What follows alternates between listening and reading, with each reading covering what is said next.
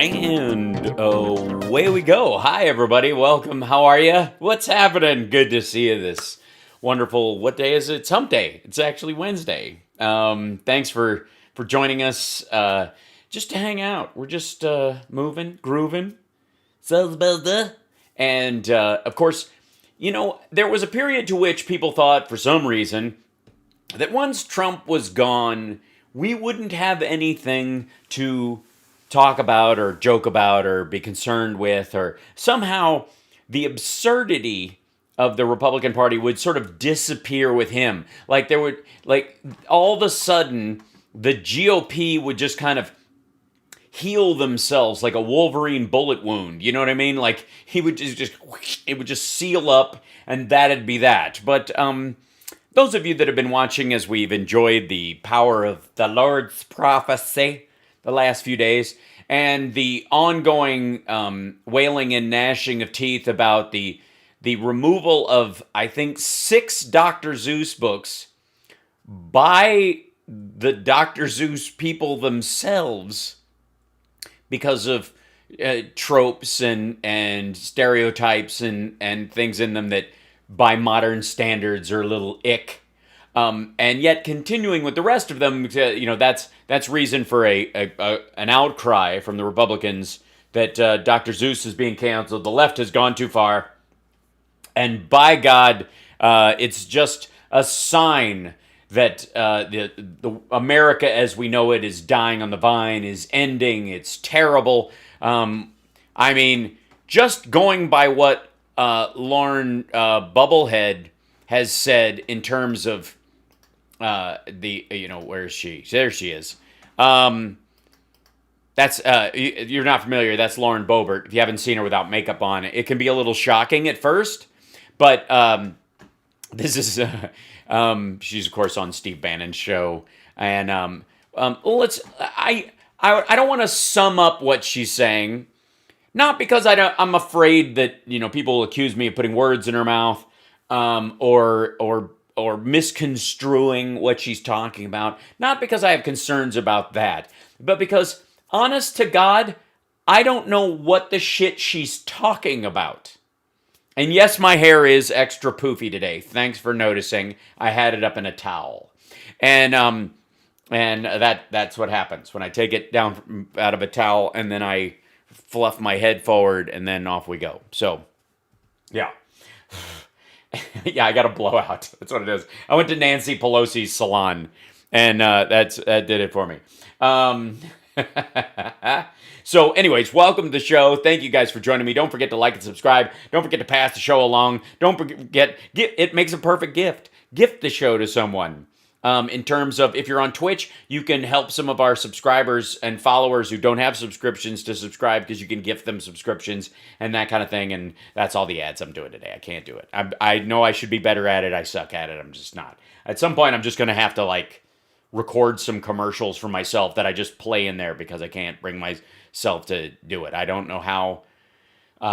Honest to God, I don't know how the Stuttering John does it with his Blue Chew and gambling and his manscaping. It's beyond me. I really feel like we're just hanging out. I know it's a livelihood. I know I need to be professional about it, but it's just not something I'm interested in getting good at. We'll figure out another solution somehow. I mean, I've got enough. The Venmo's right there. You will figure it out. I trust you. You're grown people. So, all right, here we go. This is Lauren Boebert. Fighting back for America. She comes from the only town in this country named after a firearm. It looked like. Oh, good Lord. That's far too loud, and the speakers are on, and it's just awful. That's just, it's very... It looked like a third world country dictatorship trying to keep the people out. So you had right there, you've been to a few, Eric. I've been to a few. Look. But by the way, what they're complaining about is the gates and the barriers around the Capitol building, and that it looks like a third world country right now. Forget the fact that tomorrow is the day he shall rise. Tomorrow, ladies and gentlemen, the Lord shall shine his light upon the Capitol again, and Donald Trump shall descend from a golden escalator from one of the Lord's favorite clouds and into the Capitol, and he will be installed like a new sump pump into our democracy, well, which should be a republic, and our brand spanking new monarchy, where the Lord shall layeth his hands upon the golden something or other of Donald John Trump and place him like a giant jello mold straight upon the throne of America, so that his country may be free from lefties and queers and gays and transies and whatever else is that the devil's working. In theory, I'm paraphrasing, of course. It does. It's not just that it even looks like it. This is what they do. Yeah, it's totally weird. In a third world country right now. I mean, it looks everywhere you go, it's like Afghanistan, especially where you can now sign up and get on the schedule to get a vaccine in almost every age group. Thank you, Aggie. Setting up razor wire to keep people away. Why would they do that? Why would they set up razor wire to keep people away the day before a day when people are threatening to come and murder everyone? I can't. Congressman Boebert here, Congressman Boebert from Colorado 3. Congressman, thank you for joining us. I know it's jammed today with votes and work. Yeah, thanks for being here, Congressman.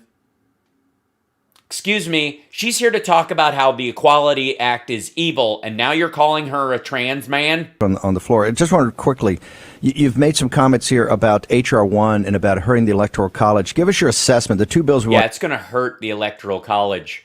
Boo fuckity who. to talk to you about. Number one, H.R. 1. This is going to federalize the elections, cause a... It's federal elections. It's just for federal elections. Doesn't affect, like, if you want to chuck cow chips to pick your mayor in podunk, in bumfuck, knob knee, elbow skin, Montana, knock yourself out. Debacle. You specifically pointed out... Oh, I've got some likes today. We got some likes and some love, but thanks for asking. We also got some stars on Facebook, I think, too.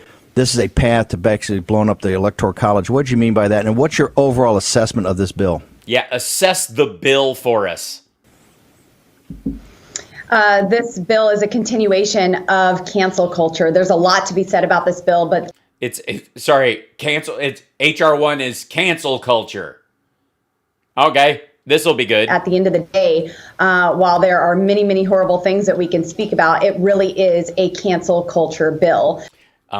Why? Because your culture is going to get canceled because the vast majority of people don't want untrained wait staff with fully loaded, chambered, safety-off handguns on their hips? This bill seeks to cancel anyone who would contribute to conservative nonprofits. How? Having state-sponsored doxing. Really? This bill tries to... State-sponsored doxing? Well, that's interesting. Where in the world is the state going to get someone's dox? Cancel state and local governments from having any say in how their elections are run. It tries to cancel states across the country who have voter IDs. But most importantly, this bill cancels your voice. Steve Bannon's? I think he's more worried that his voice is going to get canceled because he's going to jail soon. This bill cancels the people's voice. And it cancels the people's voice. That's what it is. H.R. 1, the bill to guarantee that everybody who wants to vote can vote, is canceling those votes at the same time. It's incredible how clever. H.R. 1 is about ending and canceling the wishes of 75 million American voters. How? Why would it cancel their wishes? So this absolutely is an abomination on our... It totally is. It's an abomination. It's outrageous even. Our electoral college. It seeks to do away with that. So it would be a DC takeover of our election. And like you said, federalize our elections.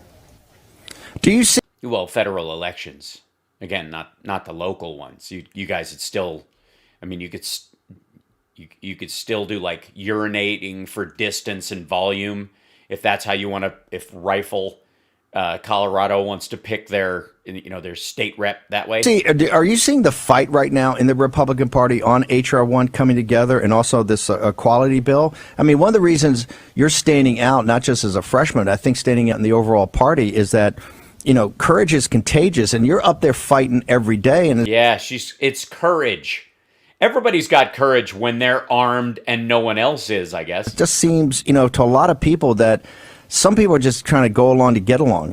Yeah, that's the thing. Republicans right now are just trying to I don't know, mamby-pamby. Your assessment. Assess this for us. So I do see some unity here in the Republican Party when it comes to H.R. 1.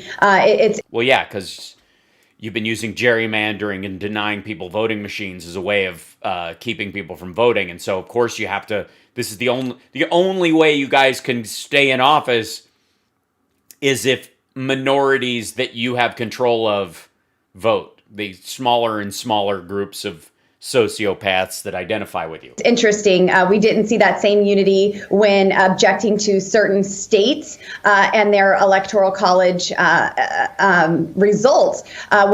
Yeah. Why would you? Especially when it's a lot of Republicans who are having their electors objected to by other states. When those came across our desk in the House of Representatives, I saw states that behaved poorly, that went around their state legislatures. You had secretaries of states, attorneys general, rogue judges changing election laws, which is unconstitutional. No, it's not. They had emergency powers due to the fact that they were in an emergency.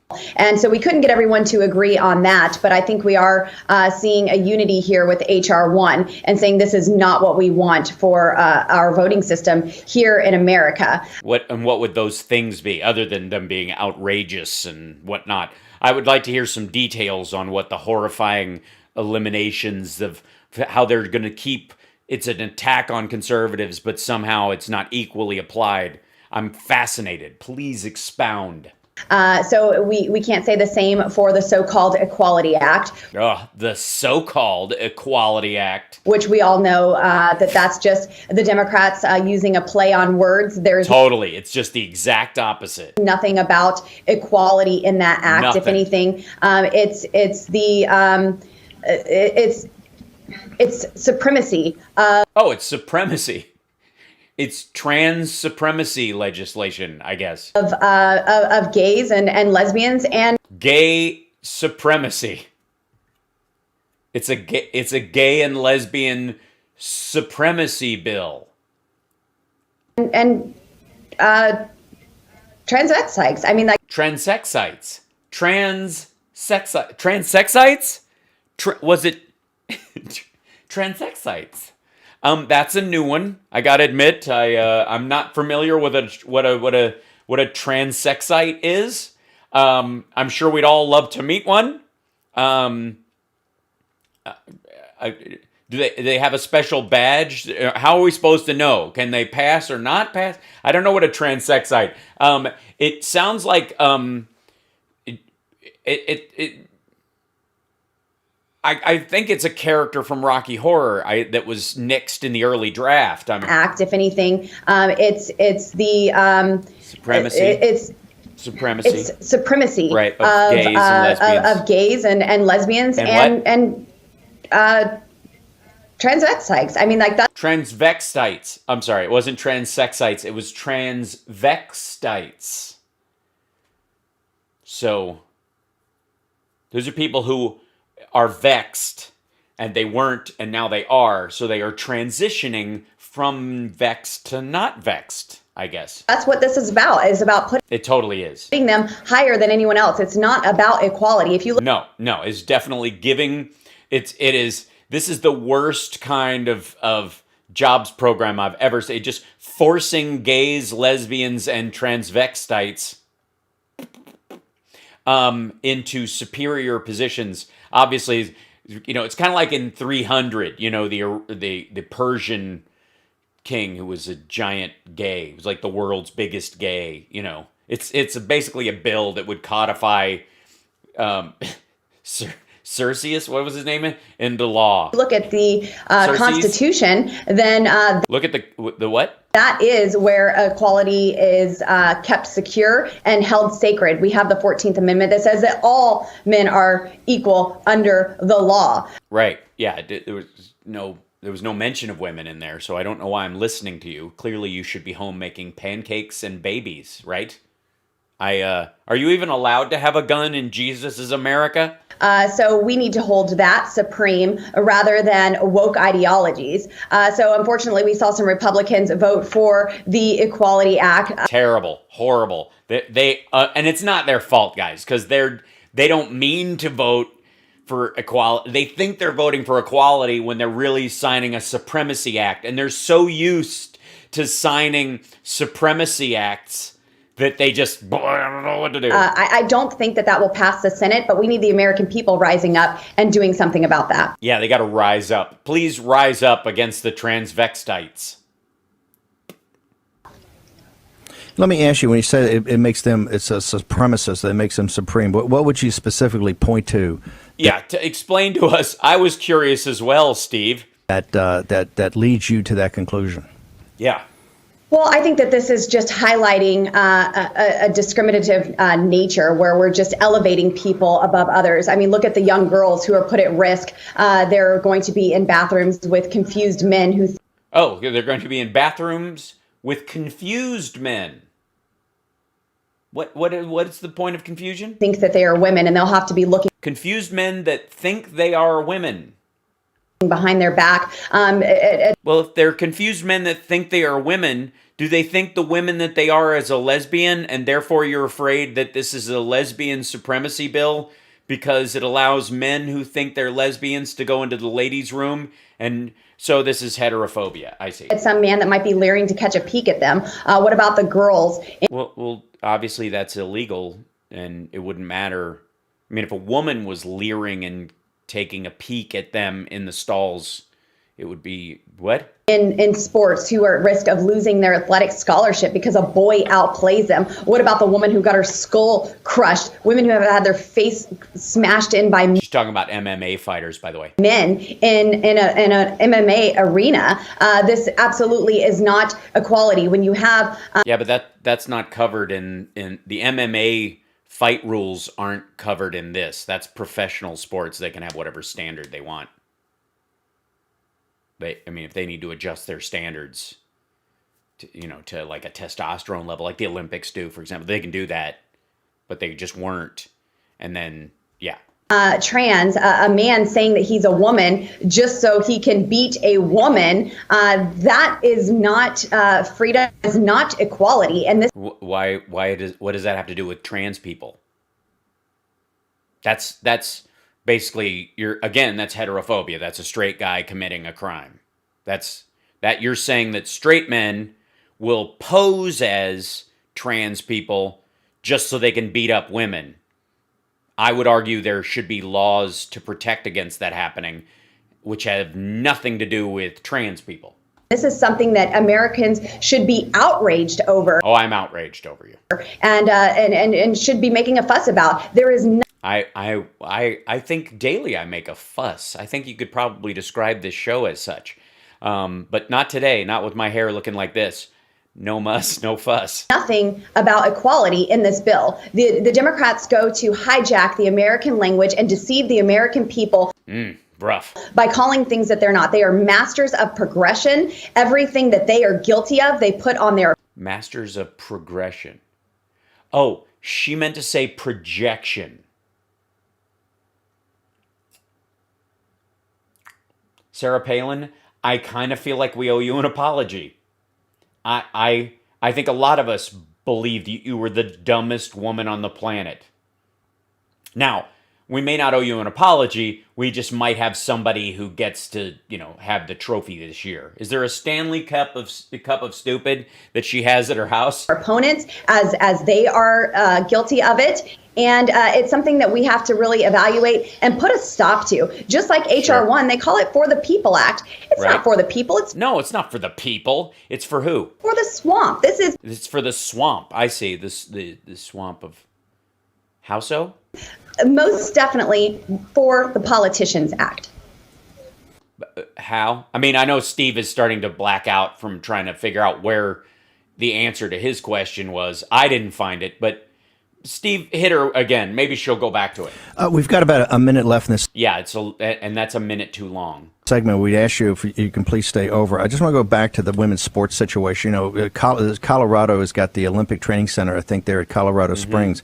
My daughter was honored to be invited there to volleyball years ago when she was at West Point. But the women's sports, do you see enough of a firestorm out there right now in this women's sports? Because this is going to crush young girls, and particularly young girls from Hispanic and African American communities. The ticket out is a Division I full ride scholarship. Do you think the American people? So white straight guys are going to steal female trophies from black and Hispanic women. This is Steve Bannon's biggest concern.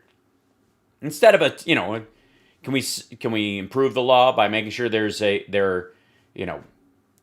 weight class and a certain period of time where your testosterone levels are the same as who you're competing with, instead of just on the day, which would arguably be, again, the big fear that they have that straight guys, and you have to understand who she's talking about and who he's talking about. These people are surrounded by unethical people who will get ahead in life by any means necessary, cheating, pretending to have bone spurs to avoid war, acting like they're self-starters when their dad paid them $300,000 a year in salary when they were 12 years old, that kind of stuff, borrowing from their siblings to just keep their company afloat, and still saying, and the same time writing a book on, how to be a success in business. That's what they're around. So they're projecting upon other people how they normally live. Even in Colorado, are people really getting outraged of what this does to destroy women's sports? Well, it's not destroying women's sports, so. I don't think the outrage has reached a level. Yeah, of 0.005% of the populace, having 0.02% of the populace within that group deciding to go into sports. To where we can actually conquer this thing, because it's being silenced in the media, and the media just want to point to Republicans as being racists or bigots or homophobes, and this is right. It's that progression that I mentioned, and projection that you mentioned. Have you, by any chance, have you met Josh Hawley? Have you guys gone to the same Speak Academy where talk is made good? They want to accuse us of everything that they're guilty of. They want to raise up other classes that are more elite. So I think once they raise up more classes that are elite. So gays and lesbians and transvestites are all they're already on a higher class, and we're just giving them, they were gifted with being born gay or lesbian or transvestites, and the Democratic Party is just making them better. The American people know exactly what's in this bill. Once they actually read the bill, once they listen to what's in it, that's what. Is it? There's an audiobook available? Please tell me you didn't read it, because no one will understand what's in it. We'll see enough outrage to actually be able to conquer this. Congressman, hang out for a second. They've got an ad to do real quick. Let me skip back through that and stuff, and welcome back. Please continue, Madam Boebert. Congressman, I want to go, but you're, I believe, a mother of 4 boys here in modern America. As you've come to yeah, and when are your 4 boys going to start wearing dresses so they can bring home some trophies? You know what I'm saying? They don't have any trophies. Where are their trophies? They need to go and join a girls' soccer team. Just wear a wig, call yourself a girl. It's that easy. Capitol Hill now and see how the apparatus works. Do you appreciate more how tough it is to be a mom with 4 boys, raising them in modern America? What, you mean it was harder before she became a congressperson?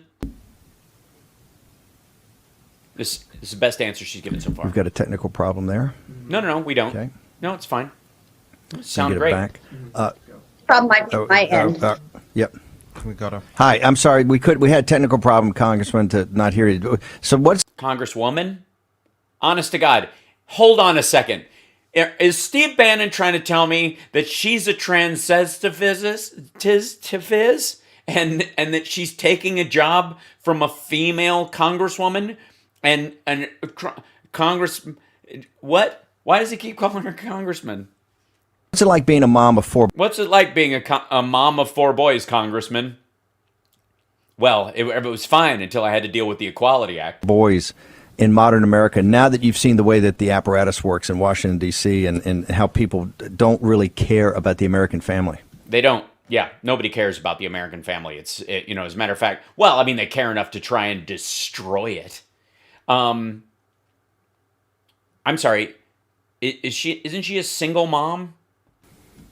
Wasn't she, I guess in theory, according to Steve Bannon, destroying the American family before she took the job? Why is she working? Why isn't she at home keeping a nuclear family together, letting her man do the man stuff? There is a mandate right now on... Uh-huh. You have a mandate? Okay, cool. What time is it? 7:30? You don't want to be late. Parents across America to teach their children the truth. That's my responsibility as a mom. I have 4 boys at home, and... Is anyone there watching them? I've expressed that I'm raising my 4 boys to be men, and that's okay. Yeah, it is. It's fine. For the record, you can... Boys become men. Yeah. That's hopefully. I mean, obviously Steve Bannon hasn't. Obviously, all the Trumps are physically grown up, but are still boys.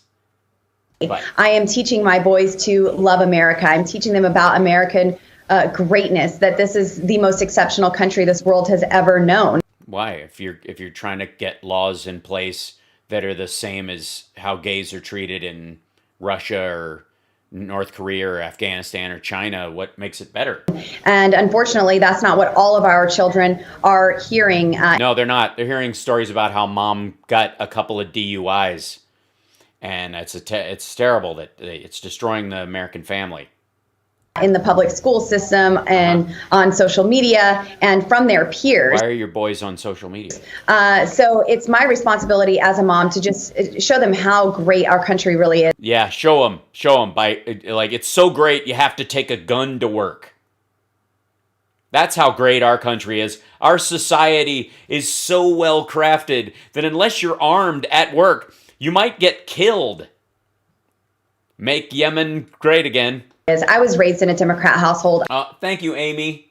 I know that these policies are failed policies intended to limit American ingenuity, rugged individualism. How can you limit rugged individualism since it doesn't require any help? And really keep the American people stuck in a cycle of poverty. I was there because of these failed... Sorry, you were stuck in a cycle of poverty because they made you have 4 boys? Policies. What? But I learned my way out of those. I saw firsthand that I could put my hand... Your mom was on public assistance. It helped you survive. If you hadn't, you'd have starved, and God knows you probably wouldn't have been able to have children. And all right. And to something and create wealth and be in control of my own life. And I could do a better job taking care of myself and controlling the direction of my life than government ever could. Well, what about a husband? I mean, shouldn't there be a man and a woman in the household? I mean, where is the nuclear family? Is there a reason why? I'm going to have to go look this up. 1 second.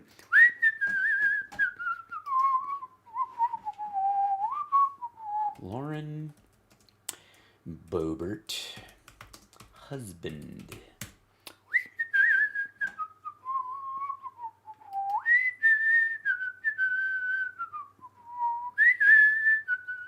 There he is. There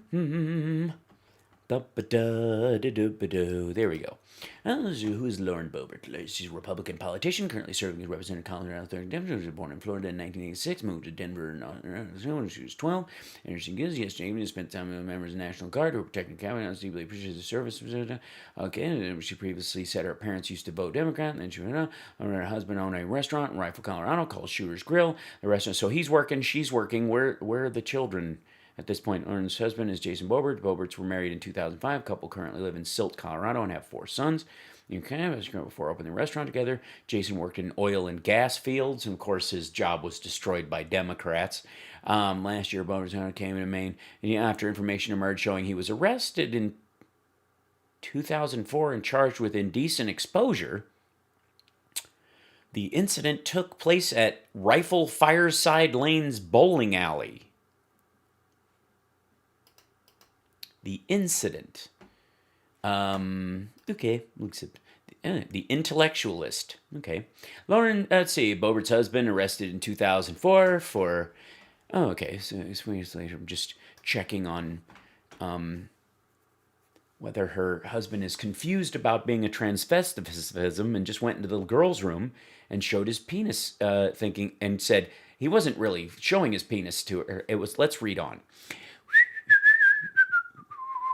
Husband charged with indecent exposure after allegedly exposing himself to a teenage girl in a Colorado bowling alley in 2004. Was arrested again days later on a domestic violence charge. Apparently they got in a fight or whatever. I don't know why.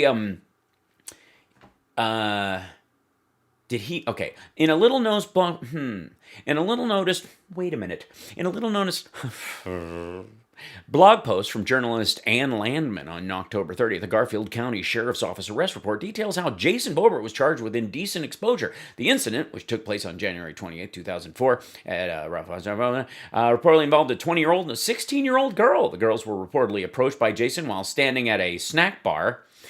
The group was discussing tattoos when Jason offered that he had one on his penis.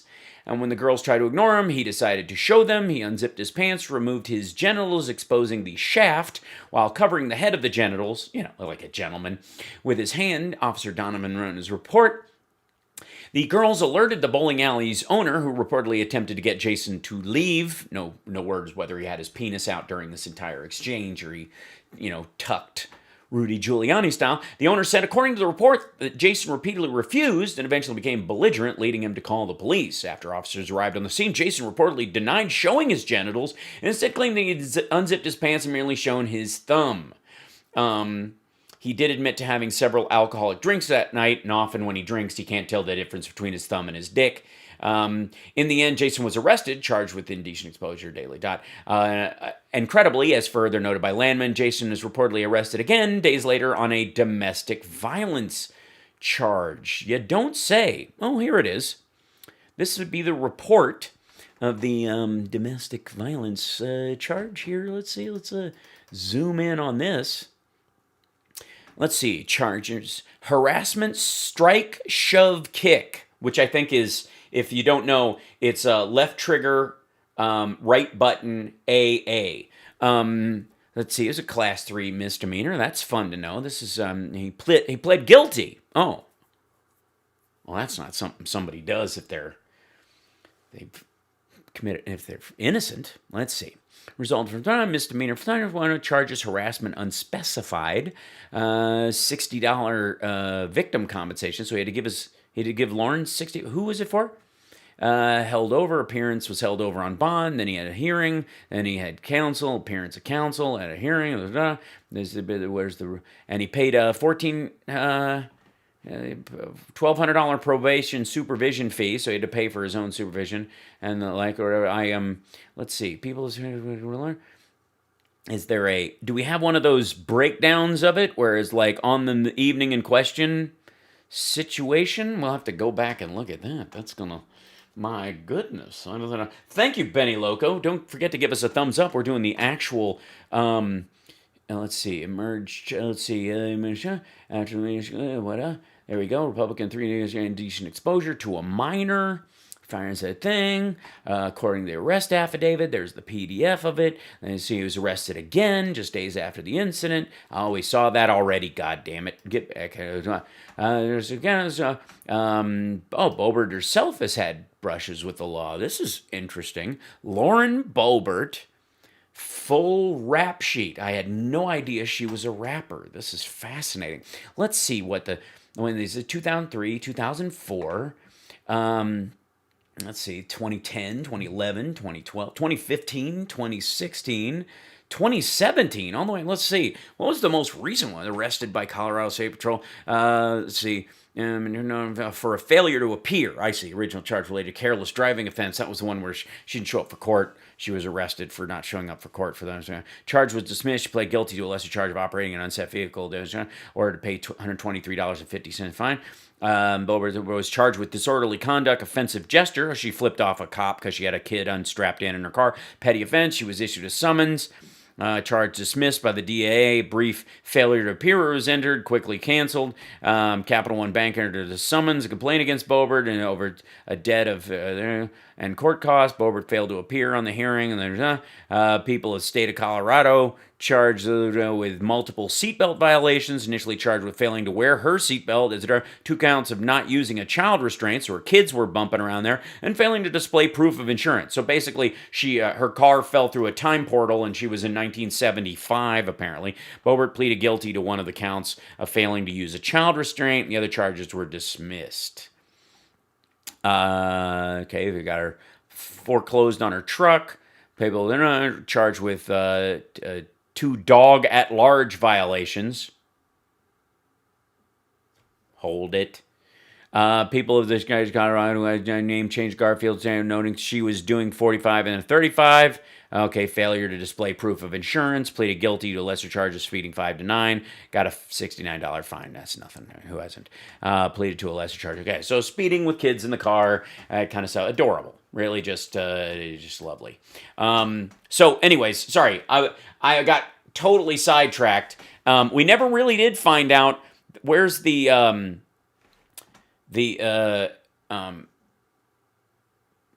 let's see.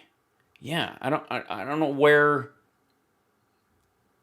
We're gonna have to look up, if anybody can find it, let me know, the PDF of the citation about domestic violence to see who was kicked, punched, and shoved. Seemingly her husband was charged, and it was only a couple of days after he showed his alleged thumb-shaped penis to a couple of teenagers. You know, we've talked about the four verticals of the attack of the Biden administration, right? Yeah, tell us about the 4 verticals. Box, with this COVID bill, the $1.9 trillion, they come in with a $2 trillion infrastructure bill. Later, you've got the amnesty. Yeah, it's an attack on America, an infrastructure bill. That's why Trump never presented an infrastructure bill. That's why Infrastructure Week went on and on and on, because he wanted, to work on infrastructure, but it required attacking the United States in that bill that's so radical. But then you've got HR 1 about elections, and you've got the Equality Act. So that's the 4 major verticals of their attack right now. It's an attack, or is it actually just governing? I think what's concerning people is that... What's concerning people, Steve? Your skin? That... And they're obviously singling you out because because you want to carry a gun into a place where people were almost killed, and there's no reason for it because there are armed guards in the place that protect you. And no one trusts you because you're an idiot. No backup to you. I mean, you're not going to back down 1 inch. You're a firebrand, right? And the firebrands are the ones that they're going to single out to good. Yeah, firebrands are great. They're used to burn an insignia into an animal or another human's flesh. Yeah, it's a great analogy. Alinsky you, right? So here's the question. Do you think that the leadership... They're going to Lewinsky her? And particularly in the House leadership is being aggressive enough in either in discussions or these things in hearings or putting the word out on the Equality Act and breaking through. We understand that the mainstream media, what they're going to do, but the breakout's got to... Obviously, they're going to raise gay people up to be our rulers. We, of course, here at the Hal Sparks live stream, welcome our gay, lesbian, and transvivisexual overlords. Be kind of a unified... I don't know. We'll know them by their hats, I guess. Action with people like you out front, but with huge backup. Do you feel the Republican leadership... Yeah, huge. That's why she's from a tiny district in Colorado, and they don't have a majority. Now in the House... has your back and other firebrands that are... Yeah, there's a bunch of firebrands. Basically, it's all firebrands all the time. Full MAGA, full America First, and full the Trump program. Do you feel that? The Trump program. Is she in the Trump program? What's the first step of admitting you have a problem with Trump? because we need to get whatever that is to Mike Pence staff. Do you feel like you're left out there on the battlefield to kind of fight your battles? And yeah, you're just alone. I'm alone again without you. And to take it incoming nonstop from the mainstream media and the organized, well-financed. It's coming nonstop. The DJ the DGAF that she's getting from the mainstream media is just brutal. So I am very fortunate in knowing that most of our leadership does have my back, and they know that I'm going to go out and... Well, they're following you around and taking skeevy glances at you. I don't know that it's the same thing. And most of them might be worried that if they're in front of you, you might shoot them. And be a disruptor of the typical Republican narrative. This is very much a wave of the America First agenda. And President Trump certainly is leading the way in this America First agenda. And he is leading it how? Oh, by golfing. Yes, sorry. And we're not leaving these 75 million Americans behind. No. And neither is Joe Biden. As a matter of fact, he's going to get them all vaccinated by May, I think. You know as well as I do, leadership is not just a title. It's what you do. Totally. It's not. It is. I mean, it's not just something you call yourself. It's what you make happen. And so we need to evaluate what we are going to actually do when we take back the House in 2022. If we're only going to be conservative in the minority, if we're going to carry that over into the majority. But I'll tell you, Steve. What? I honestly don't know what that meant.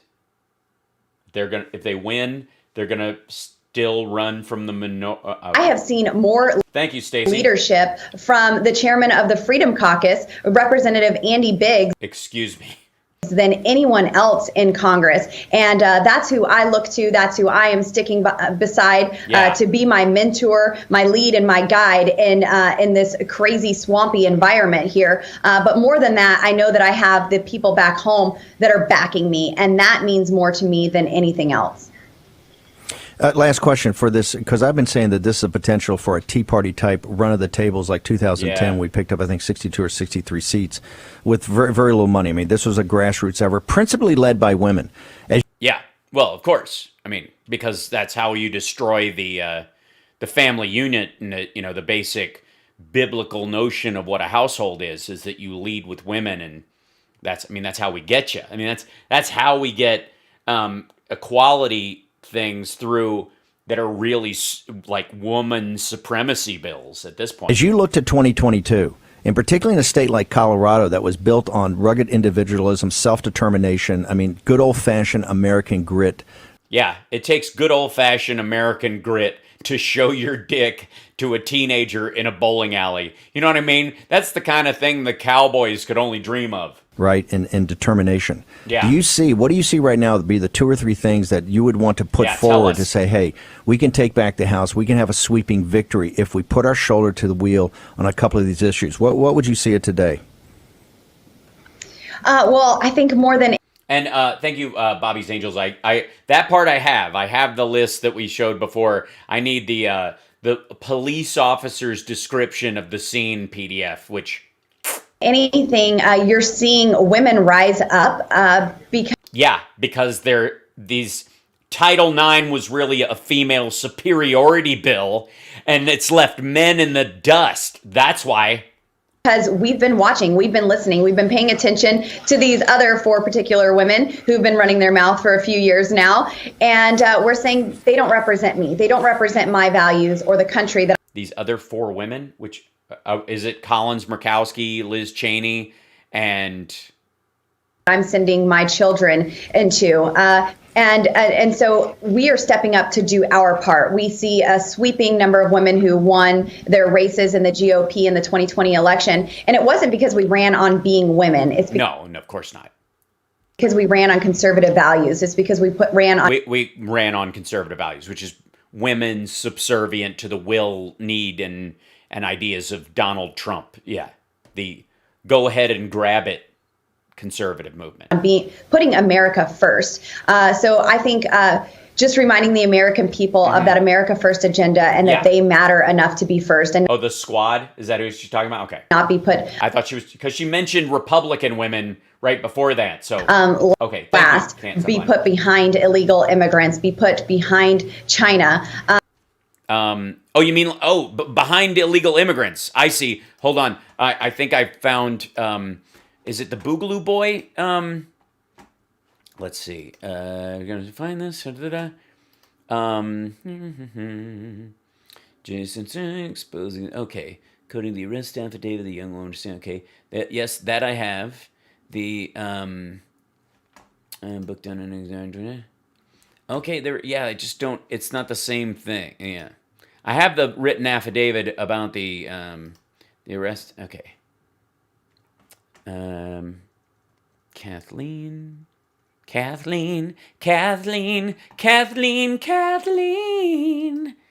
Please don't show your penis to my man. What? Kathleen. These are phone numbers on this thing. Look at this. This is in her handwriting. They had the girls write out the witness statement. Look at that. That is some straight up Colorado girl handwriting. Somebody blacked out and I. She gives her last name. Trish, somebody, and I were standing at the snack bar, and she came up and looked at my tattoo on my back, and she pulled down her sock and said, "Look, mine is fading." Then Jason said, "I have a tattoo on my dick." Trish and I said, "Yeah, whatever," and turned away to ignore him. Then Jason came up behind us and pulled his penis out of his pants. His thumb was covering the head, and all I saw was the shaft. Trish and I turned away and went and told Larry. I was standing at the snack bar because Jason was harassing Nora, and since we came in, they were being really strange all night. All right, there you go.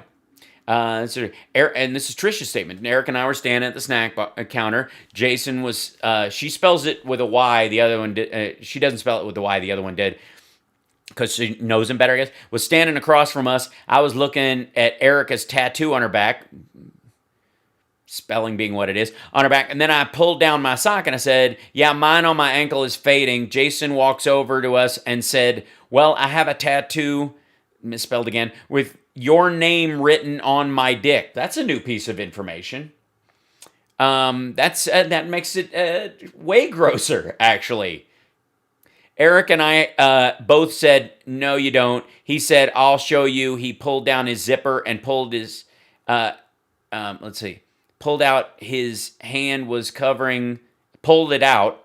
His hand was covering the head, and all I saw was the shaft. I know that wasn't a thumb, because thumbs aren't 6 inches long. I have turned away, and that's when Eric and I went and told Larry. She's got a thing against double consonants. Tattoos misspelled. Larry is spelled with one R. He got pissed, so I was going to leave, but Larry, he gets a second R in that one, called the cops, and that's all I saw. It was a 6-inch thumb. We were standing there because he was harassing her, so that's why we stayed there. That's adorable. Warrantless arrest affidavits, apparently dispatched currently, apparently 19 Jason Stephen Boebert exposed his genitals to them. This is the thing. Here's the whole indecent exposure to a person over 15. So he got a summons for that. And then he was, illegal possession or consumption of ethyl alcohol by an underage person. Somebody else was cited. Classy joint. And warrant, then he stated he could cooperate with law enforcement, need to arrest him on the warrant, dispatch device, trying to 2 warrants FTA, then Mr. Carbaz gave, okay, this was like, it was a whole night there at the bowling alley. That we will take back the house. We can't take this time and draw back. We can't. Yeah, no, don't actually think about what you're going to do. Just race right out there. Can't give up hope. We can't lose our motivation. We need to use this frustration that we're feeling. Speak for yourself. And use that as a motivator to lead us into the 2022 election. That 2022. Yeah, I think in 2022, you guys have a lot of chances in 2022. I think, sorry, what the 2022? Congressman, courage is contagious, and that's why I think people look to you as a real leader and a rising star. That's why. Can you give people how do people get access to you? How do people? Yeah, how do they get? Well, they can always come to Shooters and have try our wings, that with a little side of lead poisoning. Follow you during the day. Well, they can do it just like all the other men in the Republican caucus do, like around a door frame. So I'm going to need all the help that I can get. I have the attention. Yes, especially from someone with a knowledge of grammar, spelling. Because I am actually in the arena. So Lauren for. No, you're not in an arena. You're in Congress. It's a conversation thing. There's no arena. Yeah, everybody waits their turn to speak. Freedom.com. Seriously, I need all the help I can in. Well, we know that. Taking on this fight. I am not only fighting for our Second Amendment rights. I'm a big Second Amendment advocate, but. Yeah, not so much. I mean, that whole well-regulated militia part, you kind of keep kicking to the curb. I'm doing that not because I feel like they're taking my guns away, but they're taking your guns away. They're not taking my guns away. Taking your freedom of speech away. They're taking your freedom of religion. How are they taking my freedom of speech away? And how are they taking my freedom of religion? I can worship any god I want in any manner I want. And so many other liberties. What? Like what? Don't just name some. I need to know what liberties are being taken from me. Our Fourth Amendment's under attack. They want to do away with the whole darn Constitution. But our Fourth Amendment is under attack? I am here to uphold that and defend that. So LaurenForFreedom.com. If I may.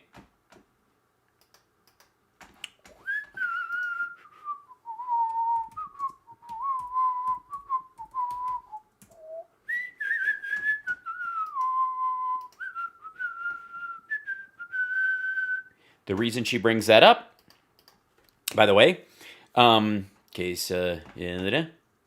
which was revised in 1992. I mean, who keeps rewriting these things?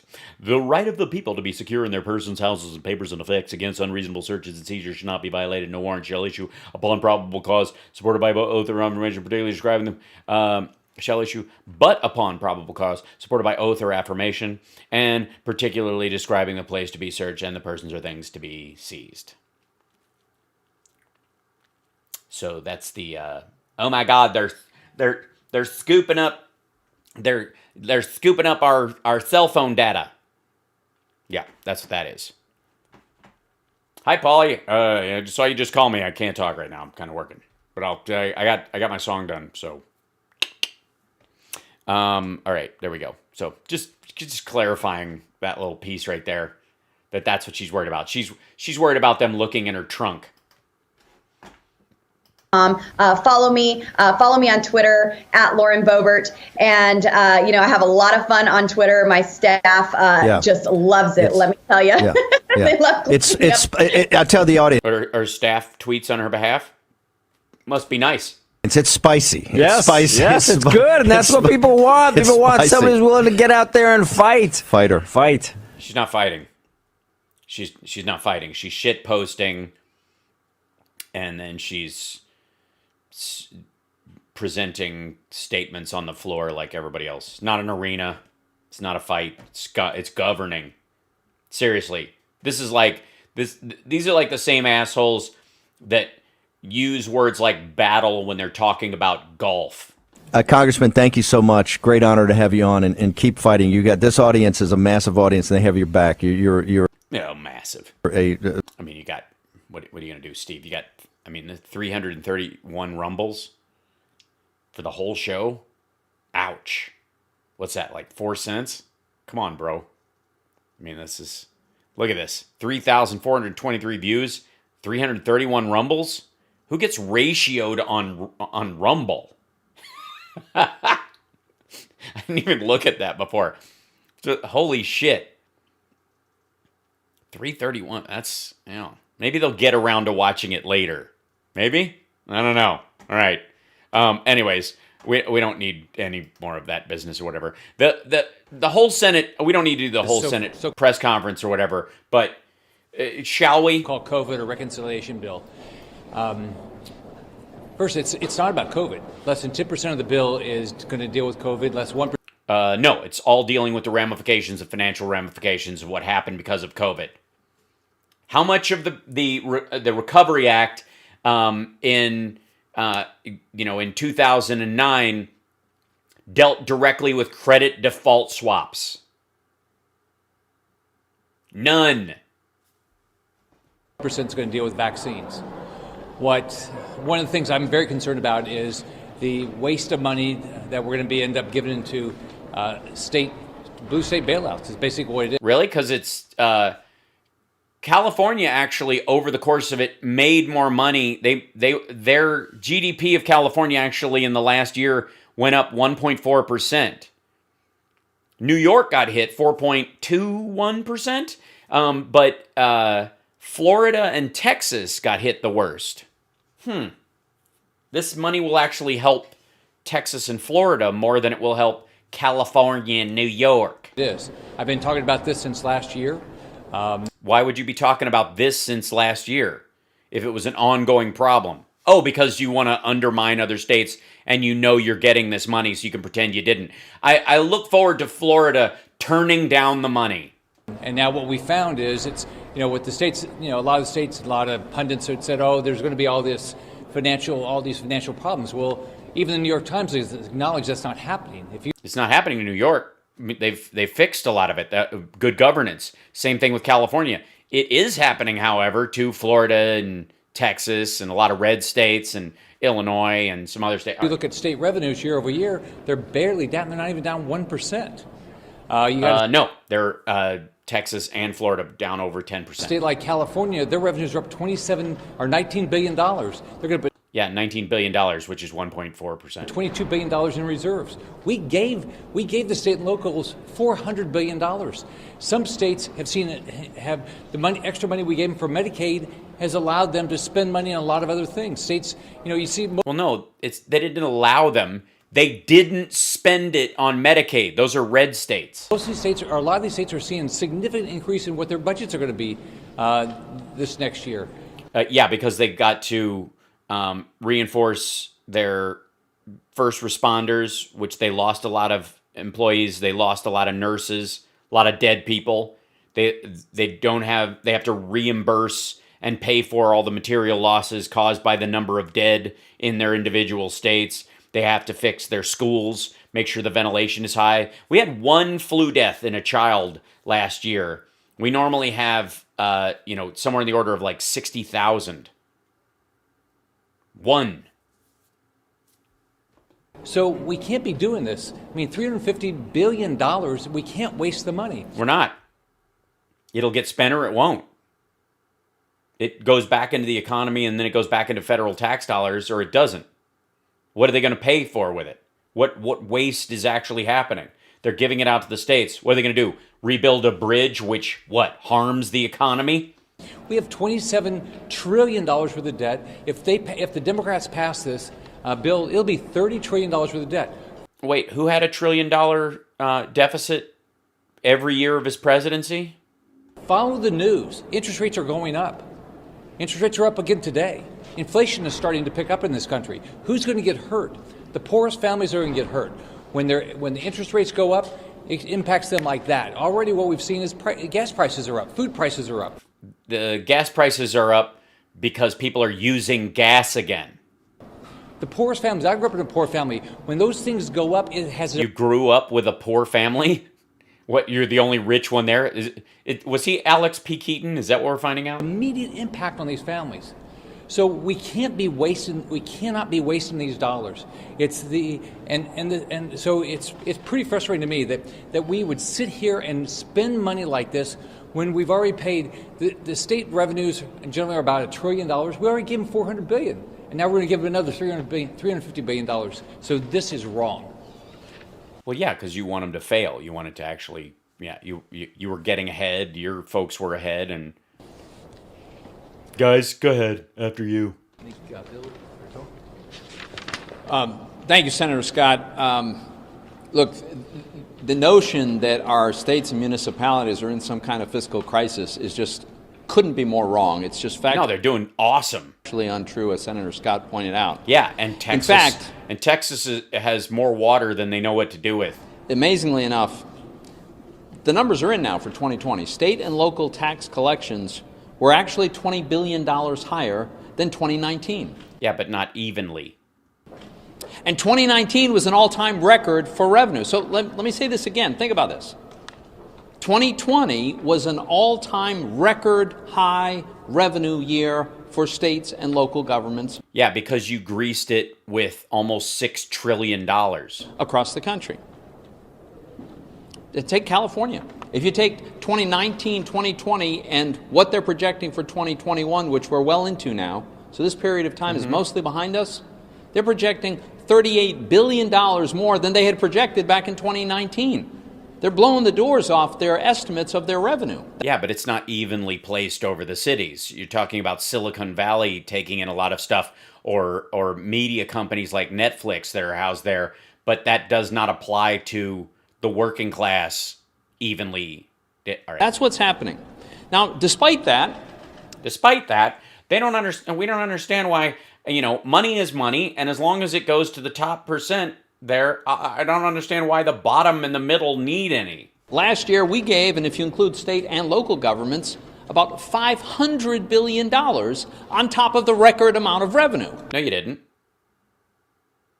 You gave it to them specifically for PPE. You gave it to them specifically for functions caused by and used up by the actual the disease itself. That they were already collecting. And now we're being told they need another $350 billion? Yeah, across the entire country, not one city. Really? Yeah, really. A lot of the money we've sent them is still unspent? Yeah, because it's targeted specifically. You guys and Trump in particular made sure it wouldn't get spent because you were expecting to get it back and use it to roll it into one of your budget priorities. States are sitting on at least $60 billion in rainy day funds. This is going to do more harm than good. The states that have long-term fiscal imbalances have no incentive to fix them. There's no reforms associated with this. Well, wouldn't it fix them partly? I mean, that would be the incentive, is that the money comes in. So they get the money. The idea is that what they're going to spend it on teachers and shit. Insolvent states like Illinois aren't going to do anything to fix those problems. Insolvent states like Illinois. Yes, Chicago carries all of Illinois. We know this. And, even if there were a shortfall, states are sovereign entities. They can raise taxes, they can borrow money, or they could cut spending. So when we hear that, what about all the services that are going to be so dramatically curtailed? Well, how is that when you got a record amount of revenue? And how about a state like New Jersey, which their latest budget, they just increased spending? Yeah, because they have to. This has nothing to do with COVID. This has nothing to do with the economy. This has everything to do with just throwing a whole big pile of money at fiscally irresponsible states. I see. Like New Jersey and Texas and Florida. Yeah, Marcia, after you, please. Well, thank you all for You're welcome. Joining us. If you didn't know better, you would say that this behemoth of a spending bill is all about demoralizing the American people. What? Yeah, they might as well just call it the American Depression Act. Making them believe that things are worse than they ever could have thought. But here is what we do know. Things are awesome. Biden's president. There's a strategy to get people vaccinated. Relief should be targeted. It should be timely. It should be temporary. Okay, well then turn down the money for your state. It should go to people who really need the relief. Okay, so Tennessee doesn't need it. Don't take it. I mean, that's the fiscally responsible thing to do. Go back to your state and tell everybody that in the COVID relief bill, you were against the spending in it. So rather than take the money to help your state, you just said, you know what? Keep it. Please tell them that. I mean, you absolutely have the option to. You don't have to spend it. The states themselves can get whatever money that they were getting from the federal government and go, no thank you. And we have Tennesseans every single day who we're working to come around them and really shore them up during this crisis. What crisis? Are you trying to depress everyone? Because they need that relief. So they're going to get that relief. What's the problem? What we also know is... So you want more money for your state? That this bill would reward... I don't know why she's staring at me. I think it's because she's jealous of my hair. ...bad actions. Because states who have not managed themselves well... Yeah, Memphis looks great. ...are the ones who are going to benefit from this. Yeah, ask everybody in Nashville how they like paying for the rest of the state, too. It is like manna from heaven for them.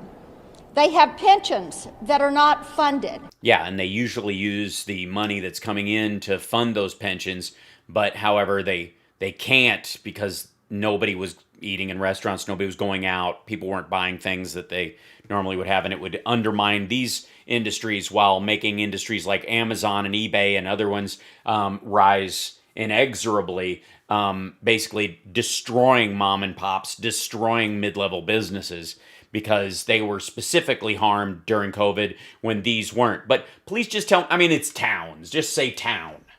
They have state governments that have not been well managed. Terrible. And so now they're looking to the federal... But enough about Texas. ...federal government to come in and bail them out. What part wasn't managed? The number of dead? The refrigerator trucks? Our governor in Tennessee has joined other governors to stand up against the funding mechanism in this bill. Stand up against the funding mechanism? You mean taxes? People that need help need the help. Right. And the relief should be targeted to those individuals and to those programs. So which ones are those? Where are they not going? Apparently funding some of the because if you don't fund the pensions when the businesses have lost money because of Trump's mishandling of the pandemic, then the pensioners go hungry and they become government charges. Somebody's feeding and medicating these folks. But to print money, to pile up debt. The Fed has been buying back treasuries and destroying them. Honestly, the Fed is shredding money. To make certain that we are taking that debt to market, and people like China, who are not our friend, are going to thereby buy and hold that debt is... Who cares? Their loss. At some point, what do we jettison what we owe China if they do something awful? They own 8% of our debt. 8. Anybody else can buy it too. It's on the market. It's not responsible to taxpayers, and it definitely is not responsible to the taxpayers of tomorrow, our children who have been so adversely impacted during COVID-19. I see. So the children, let's just say, I don't know, spitballing, that their parents or grandparents died during this, and the money they would have made in their life that would have been used to pay for their education. All right, I'm sorry. You don't give a shit. Thank you, everybody, for being here. You're welcome. I'm without question here to fight for those... Dude, your tie, that was a rush job. Just saying. You're senator. Those who truly need the help. We want to make sure that those that are still hurting get the help that they need. Okay, we just want to pretend that we pick who's hurting. But I'm also called to protect the future of this country, to protect the future of my children and my grandchildren. And what I don't want to see happen is to punish hardworking Kansans who we feel like we are being forced to bail out blue states. You're not. You take more than you get. Kansas is one of those states that gets more in federal dollars than they give. All the time, every year. who've overreacted and totally shut down their economies and shut down their schools. Overreacted? I see. They overreacted because they didn't think their citizens were as expendable as you think yours are? Look, overall, this package is so full of pork it smells like bacon.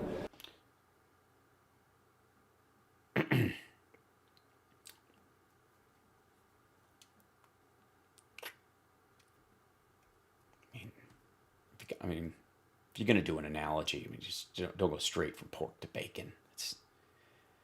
Honestly. And now it's dripping grease. Now it's drifting grease. You mean dripping grease? So full of pork it smells like bacon. Oh, spork. I didn't realize that. It's so full of... So it provides sporks for everyone? I mean, that's useful. On their schools. Look, overall, this package is so full of pork it smells like bacon. And now it's dripping grease. Oh, you're making me hungry, kind of.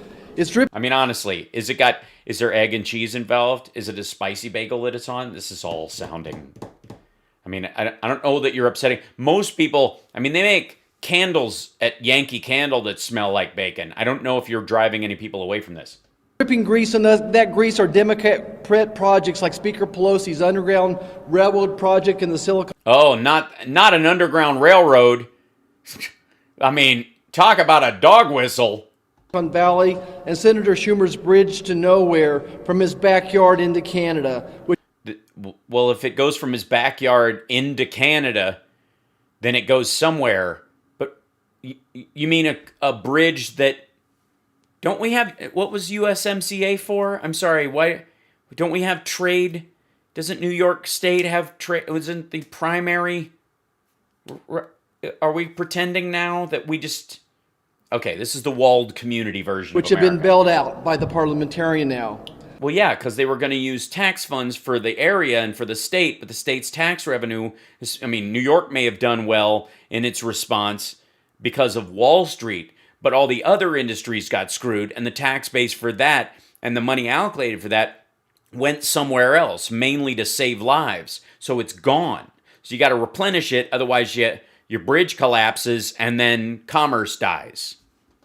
But there's still lots of bad news. Radical even worse than a bacon bridge? Democrats still want to bail out mismanaged states at the expense of hardworking taxpayers. Wait a minute. Kansas is hardworking taxpayers?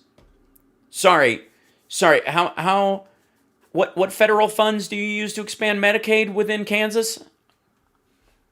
With dollars that are being distributed in an unfair manner. Well, what's fair? I'm sorry, you want fairness now? I think they're, allocated based on need, not just on everybody gets $50 whether they need it or not. For instance, my home state of Kansas is... Oh, my home state of Kansas. Getting shorted $400 million. Why are you getting shorted? You don't even want the money anyways. So we're taking $400 million from Kansas and giving it to some other state. What do you mean you're taking it from Kansas? It's like Kansas isn't pouring $400 million in. You guys are always on the receiving end of federal dollars. Remind me of this speech the next time you guys have a tornado. But you know who the biggest loser is? The state with the... Well, look at that. Thanks, Steve. Steve Sutherland got a 01 jacket. That's wicked. Shortest stick is the state of... The shortest, I beg your pardon, the shortest what? The shortest what? Some other state. But you know who the biggest loser is? The state with the shortest stick is...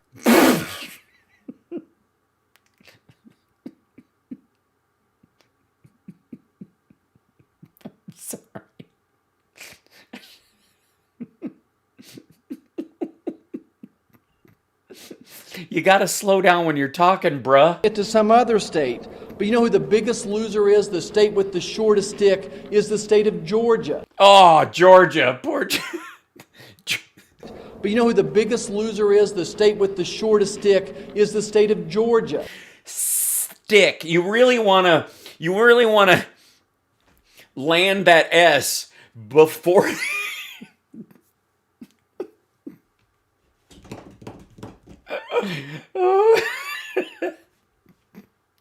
Poor Georgia.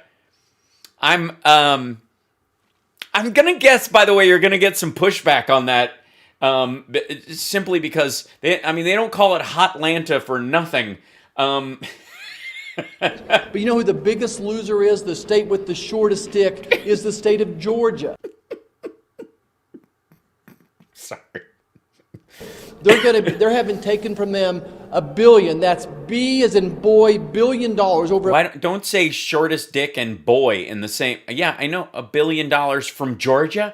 Oh my God. $1 billion from the state of Georgia. How are they taking it from Georgia? To move those dollars into some other state. How are they moving those dollars? Are those dollars that you're not getting from the federal government? If Georgia doesn't need them, why is it being taken? I don't know how any congressman or senator from the state of Georgia. Yeah, I think we clearly have a new soundbite. CSL. Georgia could possibly vote for this bill. You couldn't. No, not for a stick like that. How in the world could anybody vote for a bill that's taking money when it's not being done fairly? This is not fair. It's not American. Oh, so you think you in Georgia deserve $400 million more for your state and $1 billion more for Georgia, but there's too much money being spent. Thank you. Yeah, it turns out it was just Georgia's thumb the whole time. Georgia's 6-inch thumb. Oh, Joni Ernst. Well, folks, here we are again to talk about the same shit we talked about before. Talk about what is in this atrocious $1.9 trillion non-COVID bill. Well, it clearly is dealing. It's the American Rescue Plan. It's to deal with the economy and the economic ramifications of it, and the fact that people are still. And today we're really focused on the blue state. Are we? Bailouts. Oh, yeah, the blue state bailout, Florida and Texas especially. Yes, folks, the blue state bailouts. I'm glad to know that Florida and Texas are blue now. So the good people of Iowa, God bless them, because you know what? This past year during COVID-19, they passed a status quo budget. A status quo budget. Yeah. It's almost as if Iowa has no big cities at all. And our cash reserves are full. Why? Because you barely have any people? Because our republic... May I, just for a moment? Can I, just for a second? Let's see. Iowa, pump. Okay, so the entire state of Iowa, 3.1 million people. Shall we just, let's see if I put in here like Los Angeles. Look at that. The entire state of Iowa has fewer people in it than all of Los Angeles. An entire state, 2 senators, multiple representatives. And that's not even, by the way, this LA part doesn't even include the Valley, which is another, basically doubles it. But, sorry. See, Iowa. Whoops, I can spell. So, let's see. Cities by, let's see. Des Moines has all of 200,000 people in it. Cedar Rapids, 127,000. Davenport, hi there, 100,000. Sioux City's got 82,000. There's Iowa City at 68. Coming in at number 7, it's Waterloo. Council Bluffs got 62,000 people in it. There's Ames. That's a city most people know just because of there. You got 59,000 in Dubuque, Iowa, very famous city. Also 58,000 people in it. Yeah, I know you have an excess because you got more in the last bill than you needed, and you're a tiny little state with very few people in it. Let's see. Let's see. COVID deaths.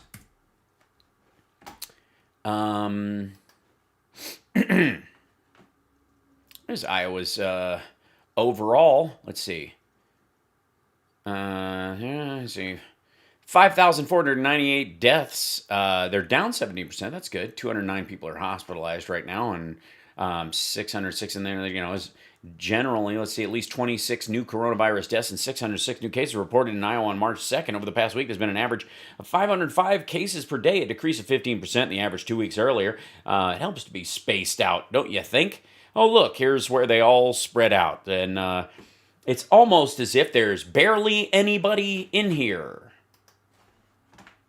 Republican Governor Kim Reynolds and the Republican-led House and Senate. So they have a governor, a House, and a Senate, and then they've got mayors and city councils in all those cities for a state that has fewer people than one California city. Oh, okay. But keep patting yourself on the back. This is good. In the state of Iowa has managed our finances very, very well.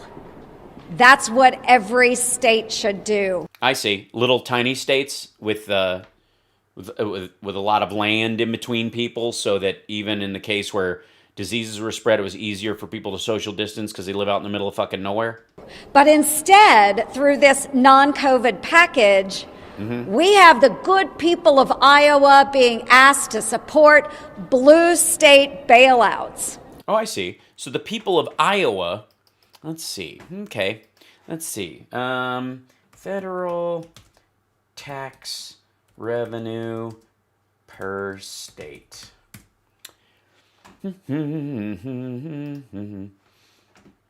Let's see. Percentage. Well, I'll go like percentage. I don't really. Let's see. Let's see.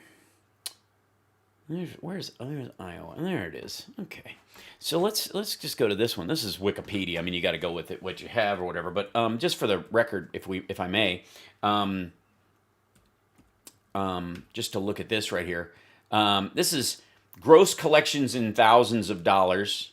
So you got 20. Alabama's got $26 million. Alaska's 5. There's okay. Look at where's California? 472 billion, I think, if it's in thousands, right? In thousands, yeah. $472 billion in federal tax revenue. There's Florida with half of that. Here's Illinois with 162. But where's Iowa? Oh, look, right down here with 24. I'm sorry, in what universe is this number? Whoops, it's behind my microphone. In what universe is this number bailing out this number? What number is even in this case? Let's see. We'll go down here to look at Minnesota, kicking ass. I mean, that's largely just from Prince's catalog being for sale completely now. Hey, there's New Jersey. Remember New Jersey, this big waste of space that's getting all this ass kissing from the federal government? Look at what they're turning out. Look at that. It's almost like we got almost 6 times what Iowa's cranking out yearly. Oh, hey, there's New York. Is New York poorly managed and being bailed out by Iowa anytime soon? Was that again, Iowa? With your 24? Yeah. So tell me again, sorry, how Iowa is bailing out these giant states? And you know who receives the most in these blue state bailouts? The giant cities with more people in them than your entire state. Wow, this is really odd, folks. I don't know how this happens. Chuck Schumer's state of New York and Nancy Pelosi's state of California. Yeah, they pay for your state most of the time. Unbelievable how... No, quite believable. That works, isn't it, folks?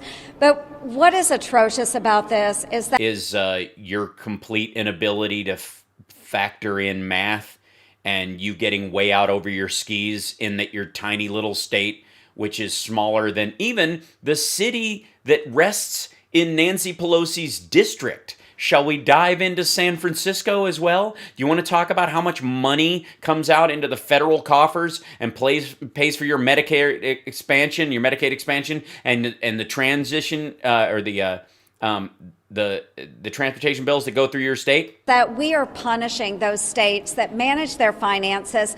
And you mean don't make anything and therefore don't spend anything? And have opened which have nobody in them?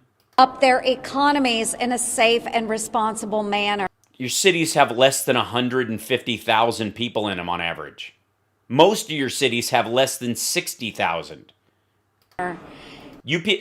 People in Iowa towns socially distance just by being there. And yet we're rewarding those states that have ratcheted down on their economies. Because they have more people in them and they're elbow to elbow, because they have giant cities like New York, which if New York didn't exist, neither would the United States. But fuck 9/11, right, lady? They haven't opened up. They've killed small business jobs in their Have they killed them, or were they trying to keep their people from being killed? States. And those hard workers in our states that are managing our finances well because you're always on the federal tit. Are being punished. Are they? Are they being punished? Why? Because they're not getting as much this year? So think about that, folks, as you're asked to respond about the non-COVID package. This is what's in it. Bailouts for blue states and favors for Chuck Schumer and Nancy Pelosi. Really? Because what does Iowa, the entire state, contribute to the economy? I mean, honestly, if you were literally going to introduce any new legislation or program at all, where do you think the money's going to come from to pay for it? Iowa?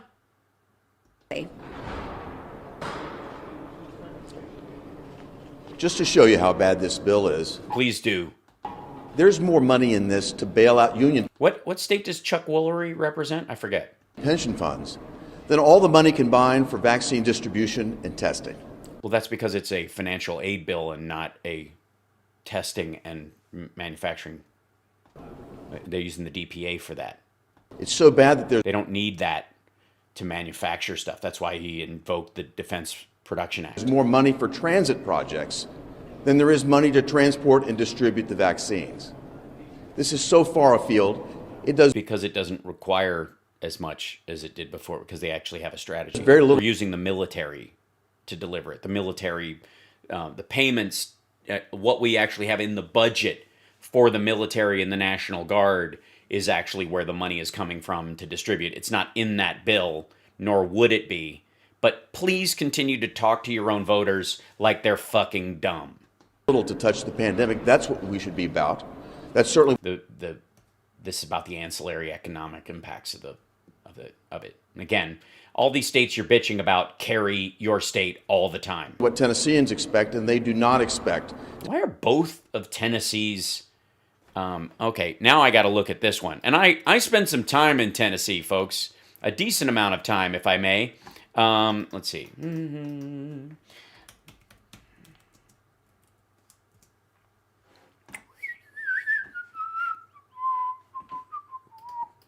And the entire state has fewer people in it than L.A. and L.A. County in the San Fernando Valley. Entire state. That's right. And never mind the fact that, Nashville is carrying most of that weight, and it's an international city, and they've had to have more lockdowns than everywhere else, simply because they didn't want to kill off the golden goose in that regard.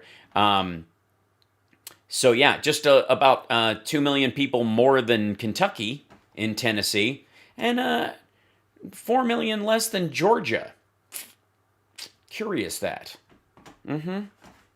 Just for the record.